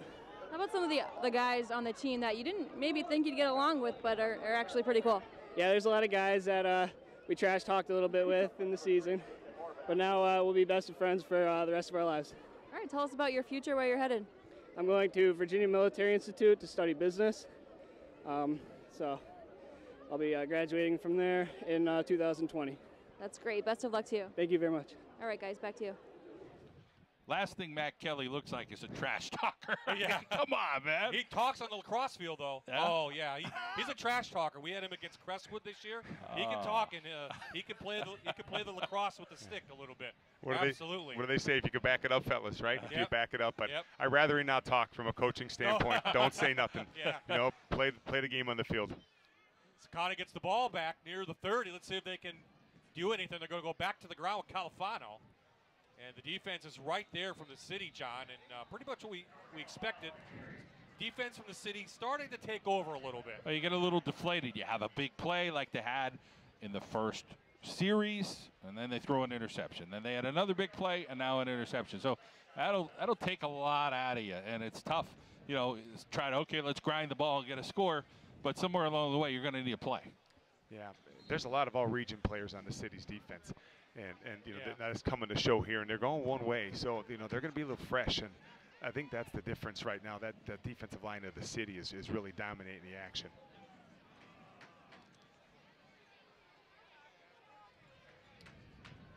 Hollander being pressured by Belavich, gets away from him. Going to lay it out and see what happens. And it's what an interception. What a catch. Wow. That is Mesco from Dunmore. And if you don't know, Greg Dolan, Jack Hensis's son-in-law. Personal foul against the defense. But that's coming back. Watch Hollander whiffle this thing out as we're going to have a late hit. But look at this grab from Mesco. Cradles that thing. That's sick. What a great play. Fellas, you know, I'm helping a little bit. This was a great opportunity. Josh, and he was playing quarterback for us, and he hurt his arm on the first ball he threw during the week. So they moved the defensive back. You can see he has the brace on. Yeah. But what a great athlete. I mean, what a great athlete. What a great kid. Great quarterback for Dunmore. Did things that they asked him to do. Roughing the passer on the defense. 15-yard foul from the previous spot. Automatic first down. Yeah, Hollander was out there exposed. I didn't really see it because, of course, we're watching the ball, John, but he must have got whiffled after the play. So the ball moves up now to the 48-yard line on the penalty. So let's see if County can take advantage of it. There's that catch, man. That is gorgeous. What a tremendous catch. Just can't have those penalties. You know, in this game, especially in a game like this. You know what I mean? Let the guy go. The ball's off. Just stay there.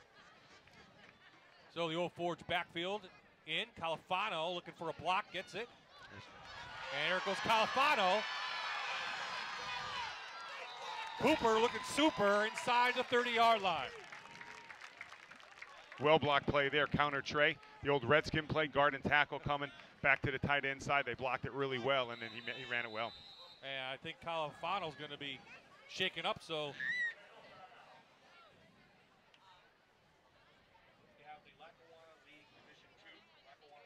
You watch what Cooper Califano could do. Shifty, really has great feet. You know, be able to kind of run and at different levels. It's kind of like a ladder drill. You know, takes you through it, and he's able to go forward, go sideways, and you like a running back like that. And I think he'll be welcome with the Monarchs of King's College. Yeah, he's a good back. You know, that's a play that Old Forge would run. You know, and he's pretty. You know, he feels very comfortable in that play. And he's a good back. You know, we scrimmage them and Old Forge, and they're physical, and he runs the ball really well. Long strides, right? Yes, long strides. Big kid, yeah. Yeah. He's going to play down there. So let's turn our attention to this season. There's a new division, Division II. You're in there with Division II, Honesdale, Valley View, Prep, Western Wayne, and West Scranton. You're going to go in as a 4A team, which is in the district is stacked. Yes. But let's talk about first being the new look division that you're going to play in. Yeah, we like it. Obviously, a lot of good football teams. You know, you have Prep, who's been a great football team there. Obviously, West Scranton, good talent. You know, Valley View, obviously always good at their home field. So, you know, I think it's a good division, and it's going to be quite a challenge for us in that division. And then once you get, hopefully, we want to get to the playoffs, so we get there. You know, you're looking at pretty good Quad A district. Yeah, it should be pretty competitive. Some good, you think of Western Wayne with Scotty Walk, what he's going to do, and West Scranton looking to try to make a name for themselves. And Brian Fahey's done a nice job of that program. Yeah, and you know, Brian is a great coach. Brian Fahey's a great coach. Also, the new coach, Randy Wolf, that's going to be at Western Wayne. Great football coach. Played at North Pocono, coached at Delaware Valley. Now he's teaching and coaching at Western Wayne. So really look for that program to rise soon, because he's a great guy and a great football coach. And you get to play those teams the last 5 weeks. So who do you have in the first 5 weeks? Yeah, tough schedule. We start with Riverside, who I think is going to be a pretty good football team, looking at what they have coming back. And then we go to Abington, which is always a tough game at the Pit. And then we have Wallenpaupack, which has been personal nightmares for us. They really did a great job on us. And then we hit the 2 6s, Scranton and DV. Oh, boy. Yeah, so we got our work cut out for us. Yeah. Oh, boy. Yeah. Who made that schedule? Yeah, listen, I'm asking the same question. I'm asking the same question. Both Susquehanna's Conrad shoots in. He stops Green before he can get outside. And Amanda Kuhl has one of the personalities here from the Dream Game, Jerry Prosciutti, on the sidelines. Amanda? That's right. Jerry has been involved in this game since 1961 when he played in it. However, you serve a bigger role right now. Since 1979, you've been the player coaches coordinator. What's that position like for you, and how important is this game? First of all, the game is very important to myself and our family. Like you said, I played in this game 55 years ago and had a scholarship from this game. I had an opportunity to coach in 1974 and 78, and both my sons played in it. So it's very special to me. Now, when I got involved in 1979, I always felt it was important to give back. All right? And this is an opportunity for me to give back to this area and to this game, something that's very, very special to me, and that's why I keep doing it. Jerry, thank you so much. We're going to go back upstairs for the county's first touchdown. Thank you, Amanda. Thank you, Jerry. Sorry to cut you off there, but there you saw it. Hollander to it, and we'll look at it again, John. Yeah, I mean, this is as perfect as you're going to get, especially for the county tonight. Throwing up top and going to get it. And look at that defense. Blanket defense, but great concentration and pulled it in. Yep. Great play action. Got a little time to throw the ball, and great ball, great catch. Good coverage, too. Yeah. That's good coverage. I mean, that's just a great play by an individual player. Tuitt headed to Wilkes to play a little football. Out of Western Wayne, 6'2", so they'll go for 2. Now trailing. They'll get the ball back. Hollander. Same play, fellas. To it. Why not? Got good hands. Why not throw it to him again? So the county's on the board with a nice drive. 72 yards. 7 plays. Hollander rolling over to his right to its hands and all hands. Yeah. Same play, right? Came back to it. Same play action. Full back to the flat, tight end to the corner. With these rules now, it's very advantageous. Even if you get behind a little bit, you get the ball back and you can stay in the game because it's all man coverage and backers have to stay in the box. So you get one more big play, and here we go. Now you got a good football game. And you like to see that. Yeah, this is a lot of talented kids in the county, and you like them to show what they have. Yep. Absolutely. So down 20, 5:58 remaining. We'll stay right here, and county gets the ball back. Greg, Nick Donato. Honored here tonight. Yeah. I think, thinking of him at North Pocono, thinking of what he did at Scranton Prep, but he did some stuff at Abington Heights as an assistant coach, kind of under the covers a little bit. Nobody kind of knew he was up in the box. Mm-hmm. What a mind up there he was for Abington as well. Great football coach. I mean, obviously he had a major impact on North Pocono, what he did with Prep these last 9 years. And, at Abington Heights, I'm sure Greg Justave would be the first guy to say it. Hey, he helped me tremendously on the opposite side of the ball. Nicky's a great coach. Obviously I've had pretty good mentors with my father-in-law, Paul Marenka, but he's been one of them. I talk to him a lot. And what a great guy. What a great mind of doing things the right way. Always technically sound. And I think offensively does a lot of little neat things. If you watch Prep play, you have to prepare for him and the little things that they do, especially inside the red zone. So Nicky's been a great coach for a long time, and I couldn't have more respect for a man in this area. He deserves, obviously, the Pennsylvania, right, Hall of Fame, and now here getting this. He deserves everything he's getting. He's done a great job at 3 different programs. I think I see Cooper Califano has his shoulder pads off, John, on the sidelines. Looks like him over here. Yep. He's done for the night. Oh, boy. After that injury. And we'll check in with Amanda with him. Maybe she can grab him. But County gets the ball back. County gets the ball back about the 30-yard line with an opportunity with 5:52 remaining. So Amanda Kuhl has someone on the sidelines. Who do you have, Amanda? That's right. I have Jordan Hollander, the quarterback, who just threw that pass for the first score for the county team. Jordan, what's it like playing tonight, and what's it like leading this county team and being the quarterback? It's special because you know that you're playing with the better players in the league from last year. and it's a big thing to be a part of because all the greats that have played in this area have played in this game. What does it mean to you to put on that county jersey? When you found out that you were going to be playing in the Dream Game, what was the first thing that went through your head? It was just exciting because I knew I was up against the best, and I'm a really competitive person, so I was happy to play against the best players in the league. What did Coach say at halftime? You were down by quite a few points, but what did he say to motivate you guys to get back out there and keep you pumped up? He just told us to go out there and have some fun because that's what this game's all about. So we were ready to tell us to go out, have fun, and focus on what we have to do. Jordan will be playing at the next level at Dickinson College in Carlisle, Pennsylvania. Jordan, what position will you be playing in college? Safety. And what do you plan on studying? Biochemistry. Well, Jordan, best of luck to you with Dickinson, and good luck out there. Bob, John, back to you in the booth. Hey, smarty pants. Oh, right? I told you, man. Dickinson. Smart kid, yeah. Abington, absolutely. Good luck. I mean, that's great. Awesome. So Clayton Hewlett from Honesdale back in the game now for some more action as he gives it off to Wasilchak. One thing about Wasilchak, he's fresh. I mean, he hasn't had many touches tonight. You know, last 2 carries, going forward a little bit. He could break one at any point here. And, you know, one thing about Wasilchak is he's a hard-nosed kid, loves to hunt, loves to fish, but loves to play the game of football as well. You saw him get to the outside in this previous play. Great tradition with the Wasilchaks. Great football family in the area. And John mentioned in the first half, John, the local talent staying local. He's going to Misericordia. A lot of kids going to Kings and Wilkes. That's good to see, playing the next level. Yeah, local football. You know, even with the player we just spoke to, he's going to Dickinson. I'm very familiar with the program. The head coach, Darwin Bro, was my coach when I was there. Yeah. Okay. I don't know if I don't consider myself Division 3. I was more of a Division 6 player. but you know, he's a great man, Darwin Bro. And Mark Ross at Misericordia is another great football coach. So the county now feeling a little momentum. They get up to the 50, back to the run game, but 4:20 and counting here in the third quarter. Fatigue, fellas. The city might be getting tired, and now the county, you know, might be able to take one big run. I think fatigue's going to play, and these kids have only conditioned for 6 days. Yeah. And now they're on the field now. You know, how many minutes in a row? I think that's going to be a major factor, especially what John said with that tailback. He has great feet with Wasilchak. He breaks one. Now look at the score of the game. So I think that becomes a factor right now. County team right now trying to see if they could get a first down without going to another 4th down to try to get one. They failed on a couple of those attempts earlier in the game. Let's see if they go to a screen pass or something. Same boot play, same boot play. Hewlett loses the ball as he was hit by Stefersky. And the ball is going to be recovered by, look like, Stout of Dunmore, and City gets the ball back. That's quite a combination there. Now, I'm not sure. Stefersky may be blitzing on that. I know Joe Repchus will be looking at that. Can't blitz in this game.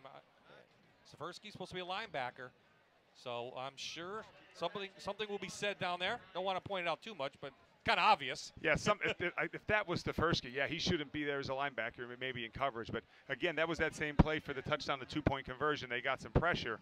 Now, right now, do you run the ball or do you go up top? I think in a regular game, you like to maybe go up top here, maybe a screen or something. I want to see Garrett Murray get a couple touches. Yeah. I miss him. That's a good call, John. Give him the ball. There it is. There's counter. There. Oh, just shies away 2 players. You called it. Up to the 30. Finally, Brzezinski brings him down from Valley View, but not after a gain of 8 yards. Watch a guy for a couple of years carry the football. You like to see him get a couple touches, Garrett Murray. What a great young man. Obviously, you know him well. Yeah, very, very familiar with the program, of course. And they run off tackle, and that's a play they run all the time. That's counter.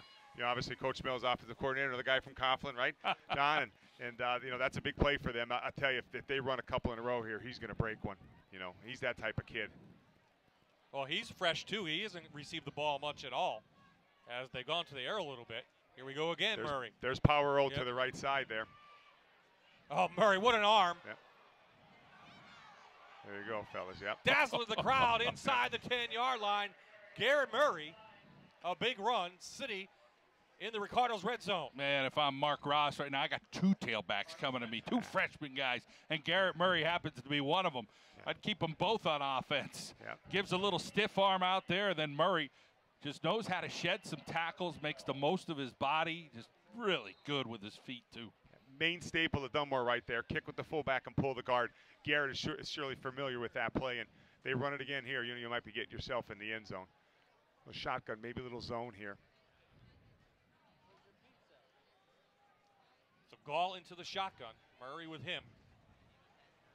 They'll give it to Murray straight up. Packed by Sterling in there. He's having himself a nice game out of Western Wayne, along with Salavante in there. Coach Waters doing a good job of maybe keeping his defense off the field right now, right? You know, obviously you have the advantage outside, throw it to Blaine or Holmes, but maybe you want to give your defense a little bit of rest and run some clock.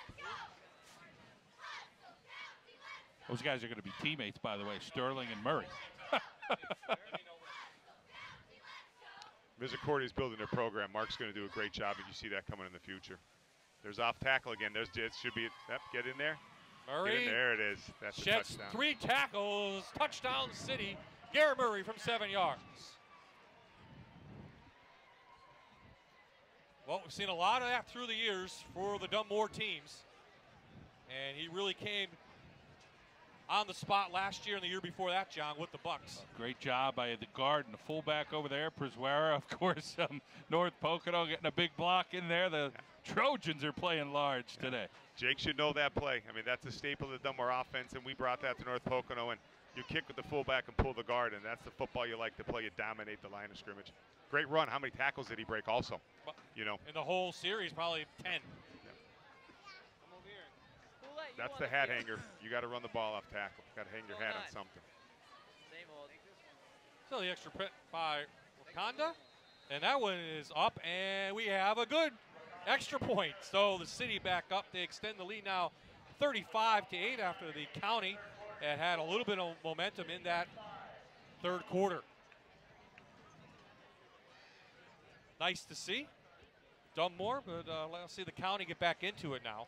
Again, we're with North Pocono head coach Greg Dolan, but before we get back to Greg, let's go to Aaron on the sidelines. Well, a big night offensively for City, but defensively holding it down. Tyler Safersky from Scranton Prep. You're flying around all over the place. You must be having a blast. I'm having a great time. I just got used to this new defense. Just started clicking during mid-game. It started happening. Hopefully our boys will just keep it up. So this is a big family tradition for you. Your 2 brothers played in the last 2 years. Is that right? That's right. I beat them out so far. I made captain over them. So we have another. You hear one that? We have another one coming up. So hopefully he'll beat me. What did you take from your final senior season? You know, you saw your coach being honored at halftime. What was it like playing for him? It was just incredible. It's just the kid doesn't get any better than this. This is a great time. So you have a pretty interesting future. You're going to be playing baseball, right, at East Stroudsburg University? Mm-hmm. So did you call your coach and ask him if you could play in this game? Yeah, he was a little hesitant, but he said it was all right as long as you don't get hurt, he said. So hopefully not. Don't get hurt. That's right. All right, have fun. Thank you. Okay, Bob, back to you. I think there's a lot of college coaches saying don't get hurt. Ross on the sidelines from Misericordia is looking at his 2 freshmen back saying, please don't get hurt if I need you. The way Stefersky's playing physically tonight, I think Denny Dowd's got to say, bud, you got to play some football, man. Yeah. Great point. What a great player. Yeah, if he doesn't have that fastball going, lefty, you know, little southpaw action. We saw him this year play, John, against Valley View. But didn't have the great game that we expected. Good size, though. Yeah. I mean, just as a linebacker, I mean, he'd be perfect for Division II. But, again, a little healthier, I think, if you play baseball maybe long term. But he could be a force out there. He's had a couple of collisions tonight. Great feet for a kid his size. Back out, right in the middle. Green trying to bounce it out. Ken uses his speed. Mikel Green up past the 40. About 12 yards on that. And East Stroudsburg, they're cashing in here, too. I mean, there's another guy going to ESU doing something. He's great back. I tell you, he has good feet, and you see that all night. When he has a hole or somewhere to run, he's really making positive yardage. I'm glad he's off of Riverside. We play them first. I'm glad he's gone. Yeah, I don't think the cupboard's bare, though, at Riverside. Not at all. You know. Not at all. We have our hands full that first game. You know, we're having our new field. We'll have our turf and a great opponent. And I know our faithful, our community will be there. It's going to be a great game. I told our kids we have our hands full. Looking really forward to that first game.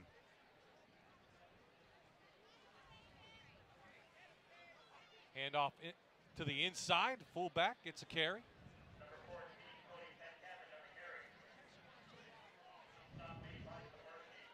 So that was Petkavage from Mid-Valley. Coach Rebar and his group working hard this year. He's excited about another year. Always. Dave's one of a kind, isn't he? He is. Yeah. Interesting story with Pekavich and Hosensaw from Mid-Valley. They missed a couple of county practices due to baseball. They were in the American Legion post for Dixon City. They were in the playoffs. So they showed up late a couple times, so they didn't get the practices in they needed to. And I'm not sure what happened last night. If they evidently didn't play in tonight if they had won. They were in the losers bracket, so. I think Bloomsburg beat them. Yeah, I think you might be right. Flag comes in late, so we'll see what that is. 41 seconds and third left. Doesn't look like they had enough guys at the line of scrimmage. And we do have an injured player behind the scenes. I think that's one of mine. Is that 56 or 66, that Trotter Perzwara?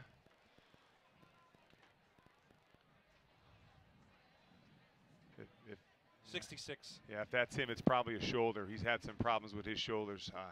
And if that's him, I bet you that's what it is. Tough kid, really tough kid. Played through injury for us.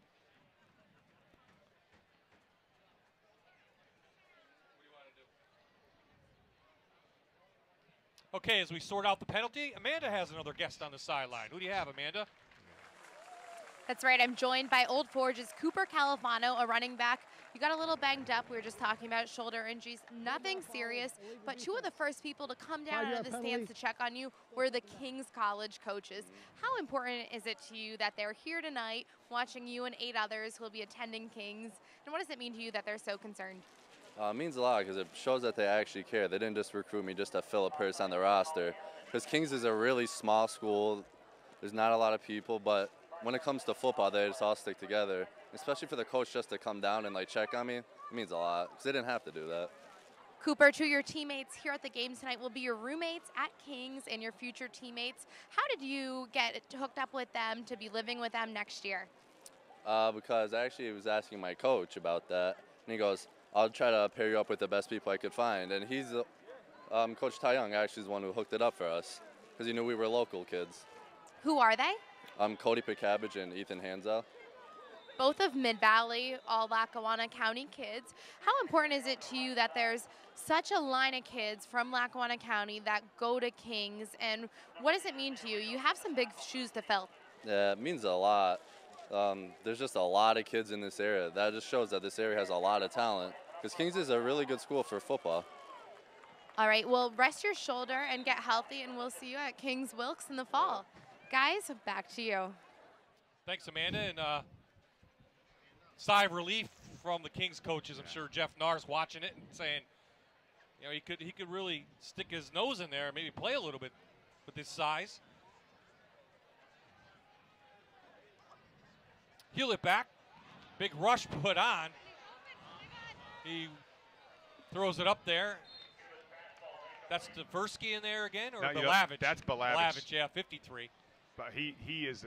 I thought he was both sides of the ball the best player in our area up in the Lackawanna League, and they haven't blocked him all night. That's the guy you've been seeing with that helmet in the backfield a little bit. He's one heck of a football player. Going to Kansas to wrestle. Yeah, how about that? Yeah. Well, he's a great wrestler. I mean, with size, 6'2", 240-ish. And his brother will be on prep this year, so you'll see them. Vocal kid too. I mean, he doesn't keep his opinion. He'll tell you the way he thinks. He gets after it. That's for sure. The second down he can back it up though, you know. Last play of the quarter, Green puts his head through. He'll gain about 8, and that's the way this quarter will end. So County on the move, but they trail 35-8. Fourth quarter on the way. It's the 82nd annual Dream Game here on MyTV, WQMY.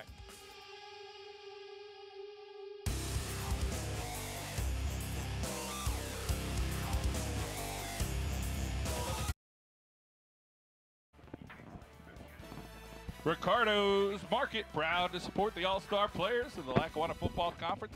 Visit Ricardo's Market, your hometown market located on Wheeler Avenue in Dunmore. Yeah, I'm familiar with Ricardo's. They're a lot. Thank you to them for sponsoring tonight's game, and thank you to all of our sponsors here on MyTV WQMY. The crowd filing out a little bit.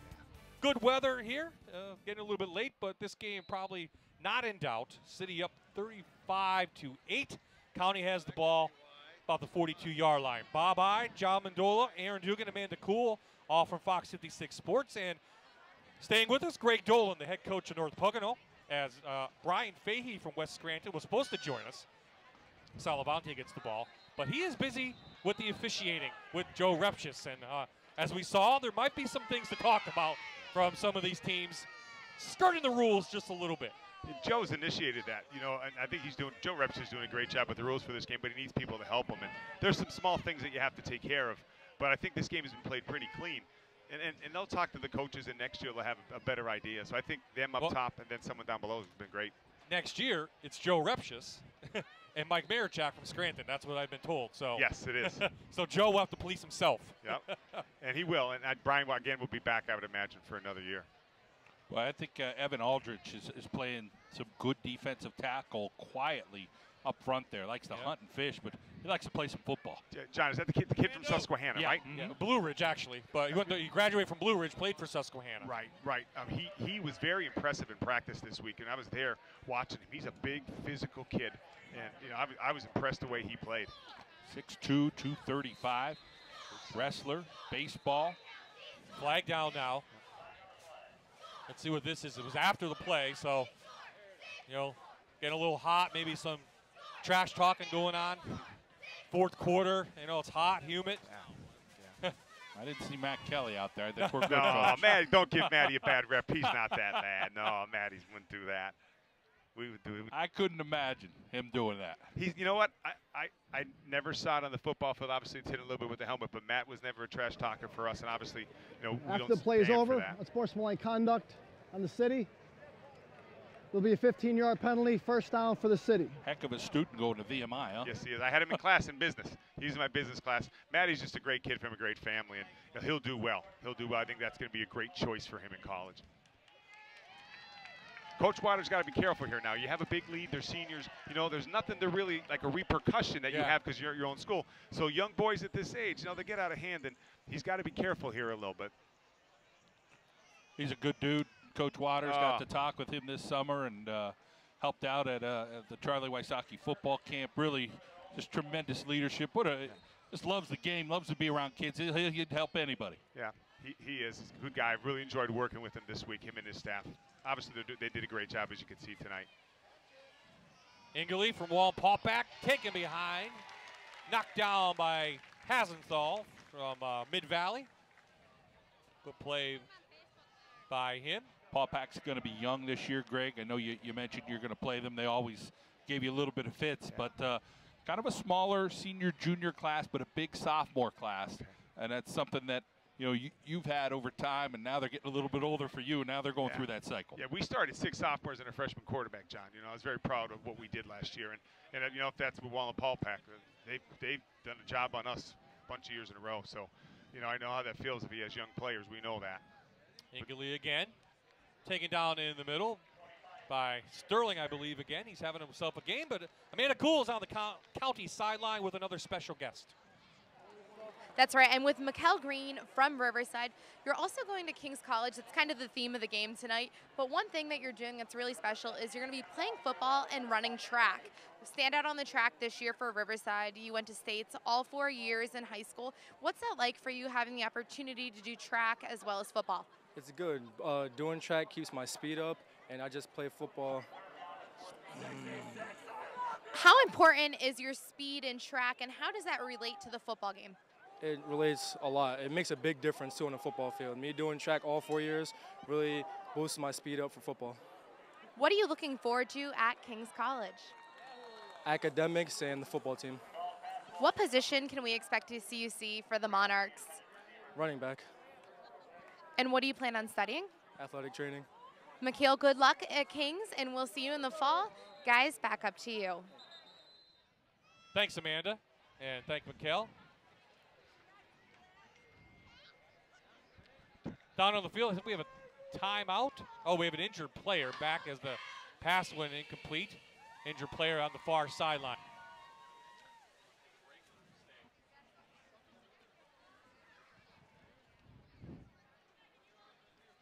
Okay, 9:20 remaining in the fourth.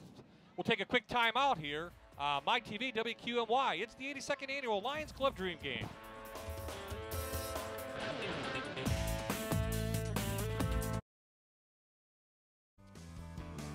are back in Peckville for the Dream game. 4th down on the way for City. They'll punt it away as an injured player was Galarza from Honesdale. He walked off. A little bit cramping going on with the humidity, I'm sure. They got in and stretched him out. Just heard for Mikkel Green going to Kings as Holmes lifts a nice one up. Thing about Kings, they don't even have a track yet. They're building it down in Wilkes-Barre Township, so that's a new track program he's going to take on, as well as football. But they got some athletes. Yeah. You know, I mean, this year in track, the Duraco girl was pretty darn good, and a young lady from Dunmore was a pretty good thrower Yes, as well. yes, they were. So, heck of a year. So counting out with some opportunity, 9:15 left.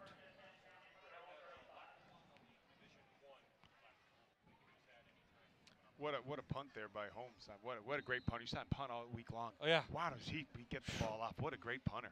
He could be a college punter if you wanted to really work at it and go somewhere and do that. He's going to Catholic. I'm not sure if he didn't list playing football. Yeah.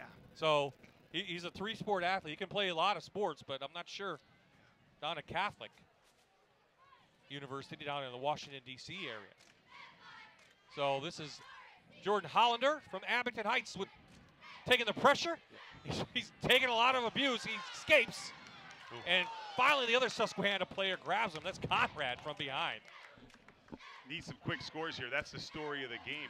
You know, Hollander running around, but they're not blocking him up front. And there's the kid from Susquehanna that we mentioned before, Yeah, right? Aldridge putting the pressure on, almost getting him, whipping him around a little bit. Give me that jersey. And then escaping. And finally, it is Conrad with the whacker. Both players actually went to school at Blue Ridge High School, and for the cooperative agreement for Susquehanna, they played there for 2 years. And Conrad headed to Marietta College. Talk about Susquehanna. How about the other guy, Aldridge, going in. Big sack. He had 3 sacks last year and had one there. Blew him up in the backfield. Should say 14 tackles for a loss, so he's known him for that. Amanda has another guest. Amanda, who do you have? That's right, guys. I have Mondo Salavanti from Old Forge. Quite a few Old Forge players here tonight. Mondo, what's it like playing with them one last time? Well, it's definitely great to get back out here one more game with all my best friends. You know, the past 3 years, we won 39 games in 3 seasons. It was a great time. Cap it off tonight in the All-Star game. It's a great feeling. Mondo, something special that you have is a bond with your dad. Your dad played in this game in the late 80s. So how important was it for you to take the field tonight here at Valley View? Just to continue the tradition in my family. You know, my dad was an all-region football player. He played in the Dream game. Just a great feeling to do what he did, to live up to expectations. How hard was it for you to make that decision to continue your playing career in college? You know, it was between East Stroudsburg University and Assumption College, and what really set it apart, the coaches down at East Stroudsburg, they're great guys. They really made it feel like home, you know. Just a great feel down there. I can't wait to get started in the fall. Mondo, what are some memories and friendships that you're taking away from tonight's game? You know, I'm just meeting guys from the other county teams, you know, guys from Abington, Valley View, Honesdale, all over the place. It's friendships that might even last the rest of our lives for some of us. You never know. It's always great to meet new guys. Thanks, Mondo. Anytime. Guys, back upstairs to you. Matt Kelly picks the ball up, but he'll definitely be missed, John. Right? From Old Forge, we've seen him a lot last year in the playoffs. Yeah. Yeah, just really had that tradition going at Old Forge. And Shane Schuback, the job he did at linebacker, Mondo, and now I think we'll see another guy take that over this coming year for Old Forge. Aaron Dugan now on the City sideline as we start getting our guests in. Aaron, who do you have?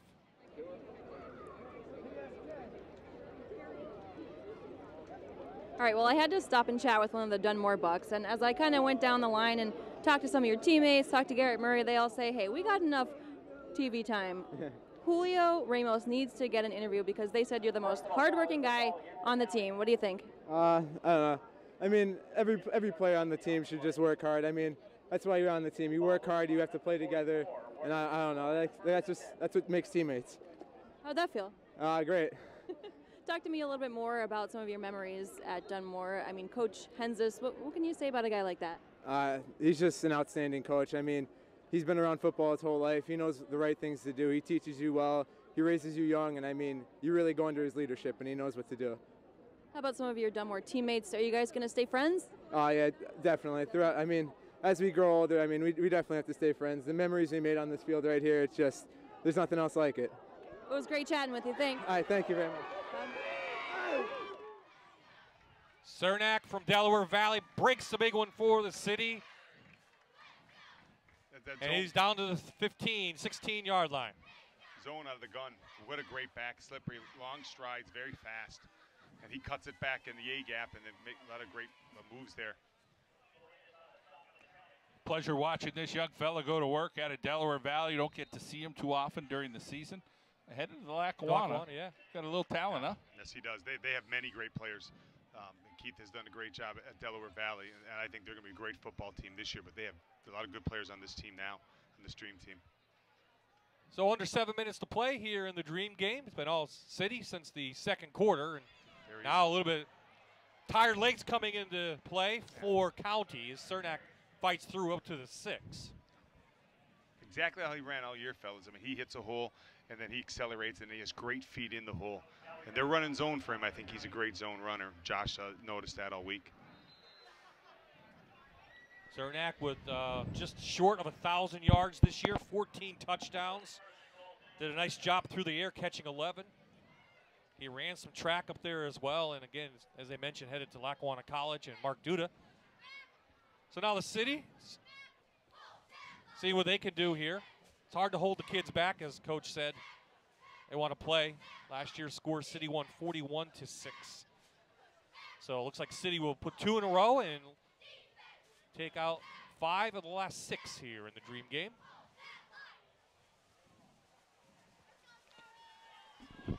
Greg, talking about high school sports, you know, you're a football guy, but I'm sure you got, you know, now you got competition with other sports. Yeah. So many opinions out there.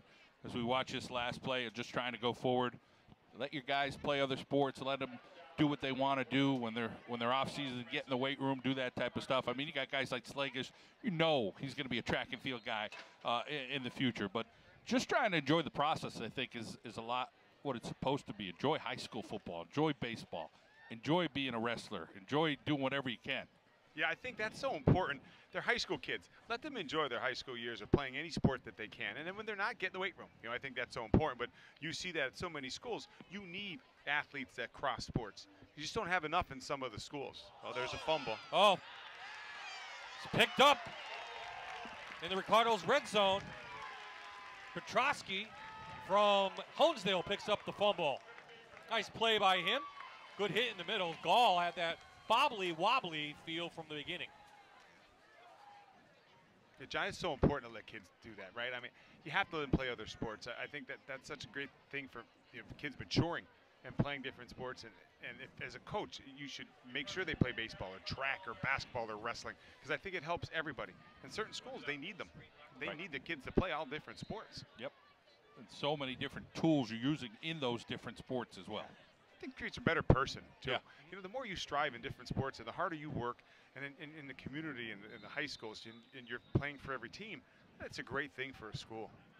Timeout on the field. So, Greg, let's get your feelings. We talked about Division II that you're in, but let's look at Division I now. It's the 6A and the 5A's teams. Lackawanna League had to break it down. Only 4 teams in this division. You'll see some of them. What do you think of the new 6A, 5A look? Obviously good football teams, right? I think, again, in my opinion, I just think it's too small. There's 4 teams. You know, you play 3 games in your division. I don't know if we're making the divisions as important as they used to be. I think district is the thing. You know, if you could talk about a lot of the great teams recently, do you really care if they win their division title, their league title? You want to know if they won a district. Yep. You know, I'm not saying that is, but I think that's more of a prevalent thought right now. And I think the other division, Division 3, is what, 10 teams? Yeah. That's a division. You know, you got to play everybody in the division. Not crazy about the 6-4 and 10 format. I know the guys that made the schedule have a tough job. It's easy to criticize them, but I'm not crazy about that. And the 6A and the 5A, they're probably going to go to a sub-regional, right? The 4A, there's enough teams in there. If you have 4 teams, you can have a playoff. I mean, in 1A, I think there's only 4 teams, maybe 3. So I don't know what they're going to do They may have to move on. Double A's fine, Triple A's fine, Quad A's fine. 5A, 6A, you got to go down and probably play District 11. You got to go different places, and I think that's what's going to happen to sub-regionals. Now, in Quad A, there's a rumor 6 or 8 out of 11. Now, the first reading I thought was 8, so you're going to have a lot of teams in from Quad. But there's, you know what, I like the old Super Conference, fellas, where the both leagues combine and you try to do that. Now, that's not easy, but I'm not crazy about this format as we have it set up right now. But it's for the next 2 years. So, well, you know. and I think it's a work in progress. Even from the state level, they're talking about doing Super 6 as Green gets to the outside and go to that Super 6 look, which then will diversify it a little bit more. Yeah, and I think the thing that you have to think about here, though, is if the state's going to make the 6 classifications, then we should all play in our classifications. So 4s play 4s. You know, you don't cross over as much, and you play the 6s, play the 6s. And I think that's the best way to do it because that's going to help you down the road. You know, and I think that's it. I think a work in progress is the best way to do it. But I think we got to get some more minds together and see what's better for the league. Yeah, I mean, I don't want to say it's so commercialized now where everything's on that state level of it's just kind of a little too big, but those backyard rivalries and those type of things, I miss that stuff, and I think it's good for our local communities instead of saying, hey, we're going to compete against this team that might be able to pull in guys from all over the place. As you know, the complaint has been in some of the bigger cities like Philadelphia where they're pulling guys from all over the place. But again, you know, work in progress. We'll see how it goes. Yeah, that's a great point. You know, you want to keep the rivalries, but if you're gonna try to make it set up for the state tournament, then I think you have to sort of play inside who you're playing. Yeah. But then you don't want to miss the great rivalry. So that's an argument on the other side, and I think there's a lot to be talked about with that. Well, I think of the rivalries, you know, 6 and 5A more than anything, they're going to have a tough time going into the states. So anyway, so you want to keep those rivalries. We're the lower divisions, maybe the 4, the 3, the 2, and the 1. District 2 definitely has a better chance of getting on a state level. I think so. 6 and 5, it's tough, right? I think, you know, and at the bigger schools, I think we have a better chance for the state title at the lower levels as it sits right now. That could change, you know, as we move forward. But I think at the lower levels we have a better chance. The higher we get, the more you start looking at now the Catholic schools. And then there becomes a little gray area where their kids are coming from and how they develop their teams. And the charter schools, too. Yes, and that makes it tough. You know, and listen, they play by the rules, and that's what the rules are. But are the rules right now fair? And that's something that has to be discussed. There's that public versus private. I mean, that's the ongoing issue in basketball especially. Yeah. But in football, too, we have Archbishop Wood, Imatap, all those teams that Bishop Chris talked Guilfoyle, about. single A that we saw. Yeah. I mean, they were like a different level. That team for a single A school, the amount of athletes they had was unbelievable. I think what Southern Columbia did this year was tremendous, and I don't think you play up anymore. I say, hey, you're a 2A, you play 2A. I think that's the game has changed in 2016 back to the 80s and 90s. It's a good point. It's a good point. But, you know, you're getting a lot of these Catholic school fellas they're getting players from other states. And from other states. And it's just not fair when you're trying to draw from small communities or another community or bigger communities, but then you're getting kids from other states. And then the kids are going back and forth in the Philadelphia School District. I think there's something that has to be done about that. I know there's been talk about that, but it's not an easy thing to solve. So, as you saw, the county on 4th down now will just punt it away, down 35-8, 4:30 left in the game. Port County went through a few downs with us gabbing back and forth here. They didn't do much of the city defense as expected. You know, has really put on a show here and held this team. Hollander with the kick. Ball touched. Boy. That's a lot of fun. Mesco touched it for the city, and it was picked up by Petrosky from Honesdale. So, hey, just like that, County, we'll take that. Just as good as a long pass, right? The city has made some questionable decisions here, touching the ball and some punts the last couple of times. Young kids, you know, trying to make a play. Last 4 minutes of their high school career, what's the difference, right? Absolutely, absolutely. But from a coach's standpoint, Bob, there's a right way, you know, to play the game, and you got to let that ball bounce a little bit, let it go. Mesco, we should mention, going to Temple University, will not play football. Well, that Dunmore Temple connection, that's big. Yeah. Whether they're playing football or not, man, that's that 4 guys down there. Yeah, well, they have the center now is down there, right? Yep. Danny's down there, and obviously McHale. Mm-hmm. McHale could see some playing time this year. I'm here doing well. He looks great. When you see him, he looks great. Yeah, he looks behind great. an All-American, I think, potential some good players. Yeah. Our tight end, Alex Carling, was down there, and now he's going to Tennessee Tech on a full scholarship. He was at Temple and walk-on. Now he got a full scholarship at Tennessee Tech. Nice. So Temple's doing a great job for the area. Matt Rule is a good man. Really good man. So things winding down here, 4:11 left in this one. After the out-of-bounds play, the clock stops. So Hollander will get the play from Coach Larry Gabriel, who's headed into his 8th year at Carbondale. Pretty soon practice starts. Got conditioning, and then the season starts. Yeah. Oh, yeah, it's Coach Schuback about them moving up. We'll mention after the play. Hollander has 2 in the flat. Big gain. Nice hit on the outside. Reels came up. Put a whack on him. Tuitt had a couple big catches, has the only touchdown catch in 2-point conversion. Let's look at it again. Right to the flat. Nice ball out there. So as I was saying, you get one scrimmage and you're right into the games. How does that play into the way you practice and the way you do that first scrimmage? Yeah, it's going to be different. You know, we have the acclimatization week that starts the 8th, August 8th. Then August 15th, we go doubles, and I saw Mike tonight, and, you know, we're going to have to get a lot more in this scrimmage because it's the only one that you have. So as a coaching staff, when we sat down, we have to talk about some things that we're going to do, but you have to accelerate what you're teaching your kids in the summer and these the 2 weeks prior to that first week of the season. It'll be different for everybody, no doubt. It's going to be the same for everybody, that's no doubt. Oh, ball on the turf again. Who gets it? There, look at that play. And Granahan, I believe, 88. For Scranton, picks it up with the fumble recovery. A ball flying all over the place tonight. Granahan headed to Lackawanna College as well. So Scranton players staying local. Aaron Dugan has a special guest on the sideline for the city. Aaron, what do you have? Before this game ended, I had to stop and chat with John Marichak from Scranton. Your dad played in this game. Is he here tonight? He is sitting right up there, actually, watching us now. How proud do you think he is of you? I mean, it's just great to play in this game. I'm sure he knows that I feel like so honored to be in this game. And you got to play with your teammate Josh Williams. You guys really became great friends this past year. That's right. You know, our chemistry on and off the field is just 100% at all times. We can actually read each other's minds. We know what we're thinking. We just play well together. Now, you're going to be playing at King's College in the fall, but you didn't even think you'd be able to play. You were rehabbing for a while, right? Tell us about that injury. It was week 10 against Abington. Gruesome injury, really painful. It kind of sucked because we had the bell game next week. But, you know, I just bounced back, got in the weight room, hit the field, and I'm ready to play again. All right, last question. On your player profile, it says that your favorite hobby is eating. So what are you eating? Anything and everything. At all. What's your favorite food? Probably chicken parm. Same. Have a good time. All right, you too. All right, Bob. Of course, the Marichak family. John used to coach Scranton, right, in the day. Now his brother coaches Scranton, and they both had sons that played at Scranton. So, hey, Marichak all over Scranton. I don't know if there's any left down there. Yeah, well, you know, Johnny was my principal at North Pocono, and now he's a superintendent at Dunmore. Okay, John was a great player, great athlete, great student at Villanova. You know, his son, he's a great-looking kid. I watched him at practice. He's all 6'2", over 200 pounds, and what a nice kid, soft-spoken kid, and he has a bright future. Kings made a haul, right? I mean, they got a lot of football players around here. 9 players from this game. Yeah, he'll play well. Him and Misericordia, too. Yeah. That's good to see. There's 2 good programs, the local programs in the area. If you stand next to him, he's a good-looking kid. Yeah. He's tall, and he's lean, but he's strong. You know, I think he's going to have a great career.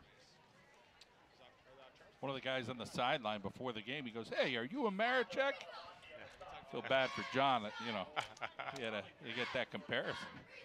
Well, you ever met John? You know John. You don't forget John Marichak. No, you don't. He's one of a kind. Yes, he is. So we're winding down this 82nd annual Lions Club Dream Game. I want to thank DePietro's Pharmacy for sponsoring for the Dream Game, and I'd like to thank our sponsors here on the TV side. Lackawanna College, Luzerne County Community College, Keystone College, Wendy's, and Ricardo's Market. Also, Idle Hour and Southside Bowl. So our season, John, will be right around the corner. August 26th, we kick it off here on MyTV. Schedule will be coming out very shortly. Looking at a bunch of different games throughout the season, so we'll have to see who we get on. But should be another exciting season coming up, John, especially with this new divisions in the Wyoming Valley and Lackawanna leagues. Yeah, I mean, I think we're all kind of optimistic to say it's all going to work out and be interesting. The 1 scrimmage, the 9-week regular season, So, it's just change, and everybody seems to adapt every year, and everybody has to. But we're looking forward to some really good football. I think we'll see a lot of parity in some of those divisions. Yes. They're going to see some 6 and 4s and 5 and 5s, and maybe a 7 and 3 might win something. And I think you don't want to look too far ahead as we look at the replay. Districts is going to be very interesting this year because first week of districts, it's Class A title on the line. So you go right from there, and then the next week's, I think it's AA maybe, and AAA, and then the week after, then you're in the inter-district play, and look out. It will hit you in November like that. A little more traveling than normal. Yeah, a little bit travel, yeah. Greg Dolan, North Pocono, good luck to the Trojans this year. Thanks for joining us. Thanks for having me, guys. It was a pleasure. Thank Appreciate you so the much. time. Good luck. So one more play. Will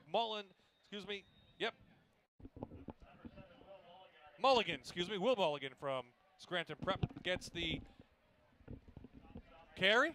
Gets his name in the books as we're going to wind this clock down, and that should do it. City wins the second straight in a row. Final score will be 35-8. When we come back, Aaron Dugan will have an interview with Coach Josh Waters, the winning coach for the City, and some of our players of the game. This should be the last play of the game.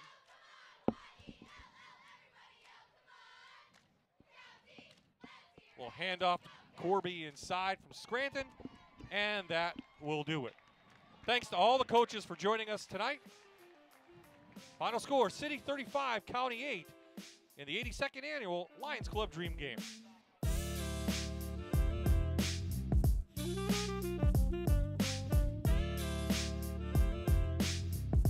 This is a Fox 56 sports presentation of high school football on MyTV WQMY.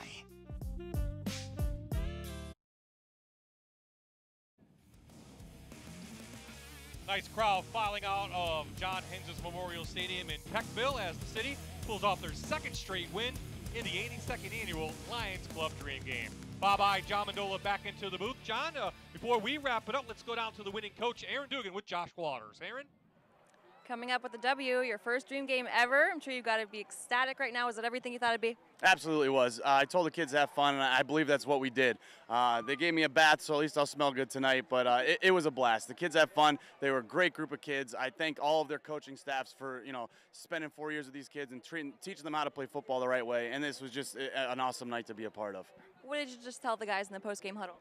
I said there's not much to do. They went out on top. They played like all-stars, and they had fun, and they know they did. I apologize to the defense for being out there so long, but we did what we can to make sure everyone got in the game and just played their hardest and had fun. So what do you think? Getting excited for the regular season? It is. I said earlier, this is always the kickoff to the season. It really gets everyone hyped up. Everyone really gets ready to get started. I know I'm excited to go to practice tomorrow and get Holy Cross on the right track. Congratulations. Thank you. Okay, we'll have Amanda Cool with the players of the game in just a moment, but for now, back to you, Bob. Hey, nice job, and he likes to be a winner, too. Holy Cross has struggled through the years, but, he's a good young coach. Yeah, he's got a lot of enthusiasm, and he believes in his program, believes in his kids. Those kids work hard at Holy Cross. He gets everything he can out of the Crusaders. They hope to compete as best they could this year. City looked dominant on paper. They finally forced that will kind of in the second quarter. Gall went to work, and Blaine went to work, our players of the game, and that was the difference. Precision passing, and just they made plays. I mean, their athletes made a few more plays than the county did, and that was the difference, and Gall was a big part of that. And both of them are standing by now with Amanda. Amanda. That's right. I have both players of the game, Tim Blaine and Matt Gall. Guys, congratulations on a game well played. Tonight was an emotional night for both of you where it's your last football game ever, suiting up for the last time. Take me through that game and what it was like for you to be the quarterback. I mean, I was locked in all game. I was zoned in, made some friends out here, connections, and chemistry was like we played all year. And I love playing with these guys. What was the game plan coming into tonight? Game plan was run the ball a little bit, have some fun, go deep, and just throw on a show for these fans out here. What was it like taking the team through that handshake at the end, knowing it was the last one you'll go through? It's very emotional. Me and my friend Donovan, this is our last game together. We've been playing together all year for 2 years, and it's really emotional walking through these lines. Well, congratulations on your last win. Same to you. Congratulations on a great game. You were really the standout player and made the difference from the City. What was it like in the first quarter when the game was still tight? I mean, it was great going and scoring that 2-point conversion in the corner, then him finding me on that post for the touchdown. Yeah. What are some of the memories that you have that you'll take away from the 82nd annual Scranton Lions Club Dream Game? Just being in the like the traditional of the game, just awesome, and then playing with him throwing me the ball and just making friends out here. It's awesome. Talk about how special these friendships are that you made tonight. I mean, it's awesome. It's always good to make new friends.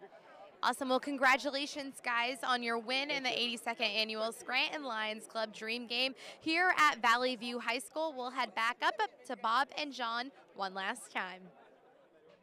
John, pumped up now for the regular season. August 26th to get started for us. We'll have some media days coming up, so look for that at fox56.com. We'll have a special high school football preview coming up around the first game. So you pumped up now?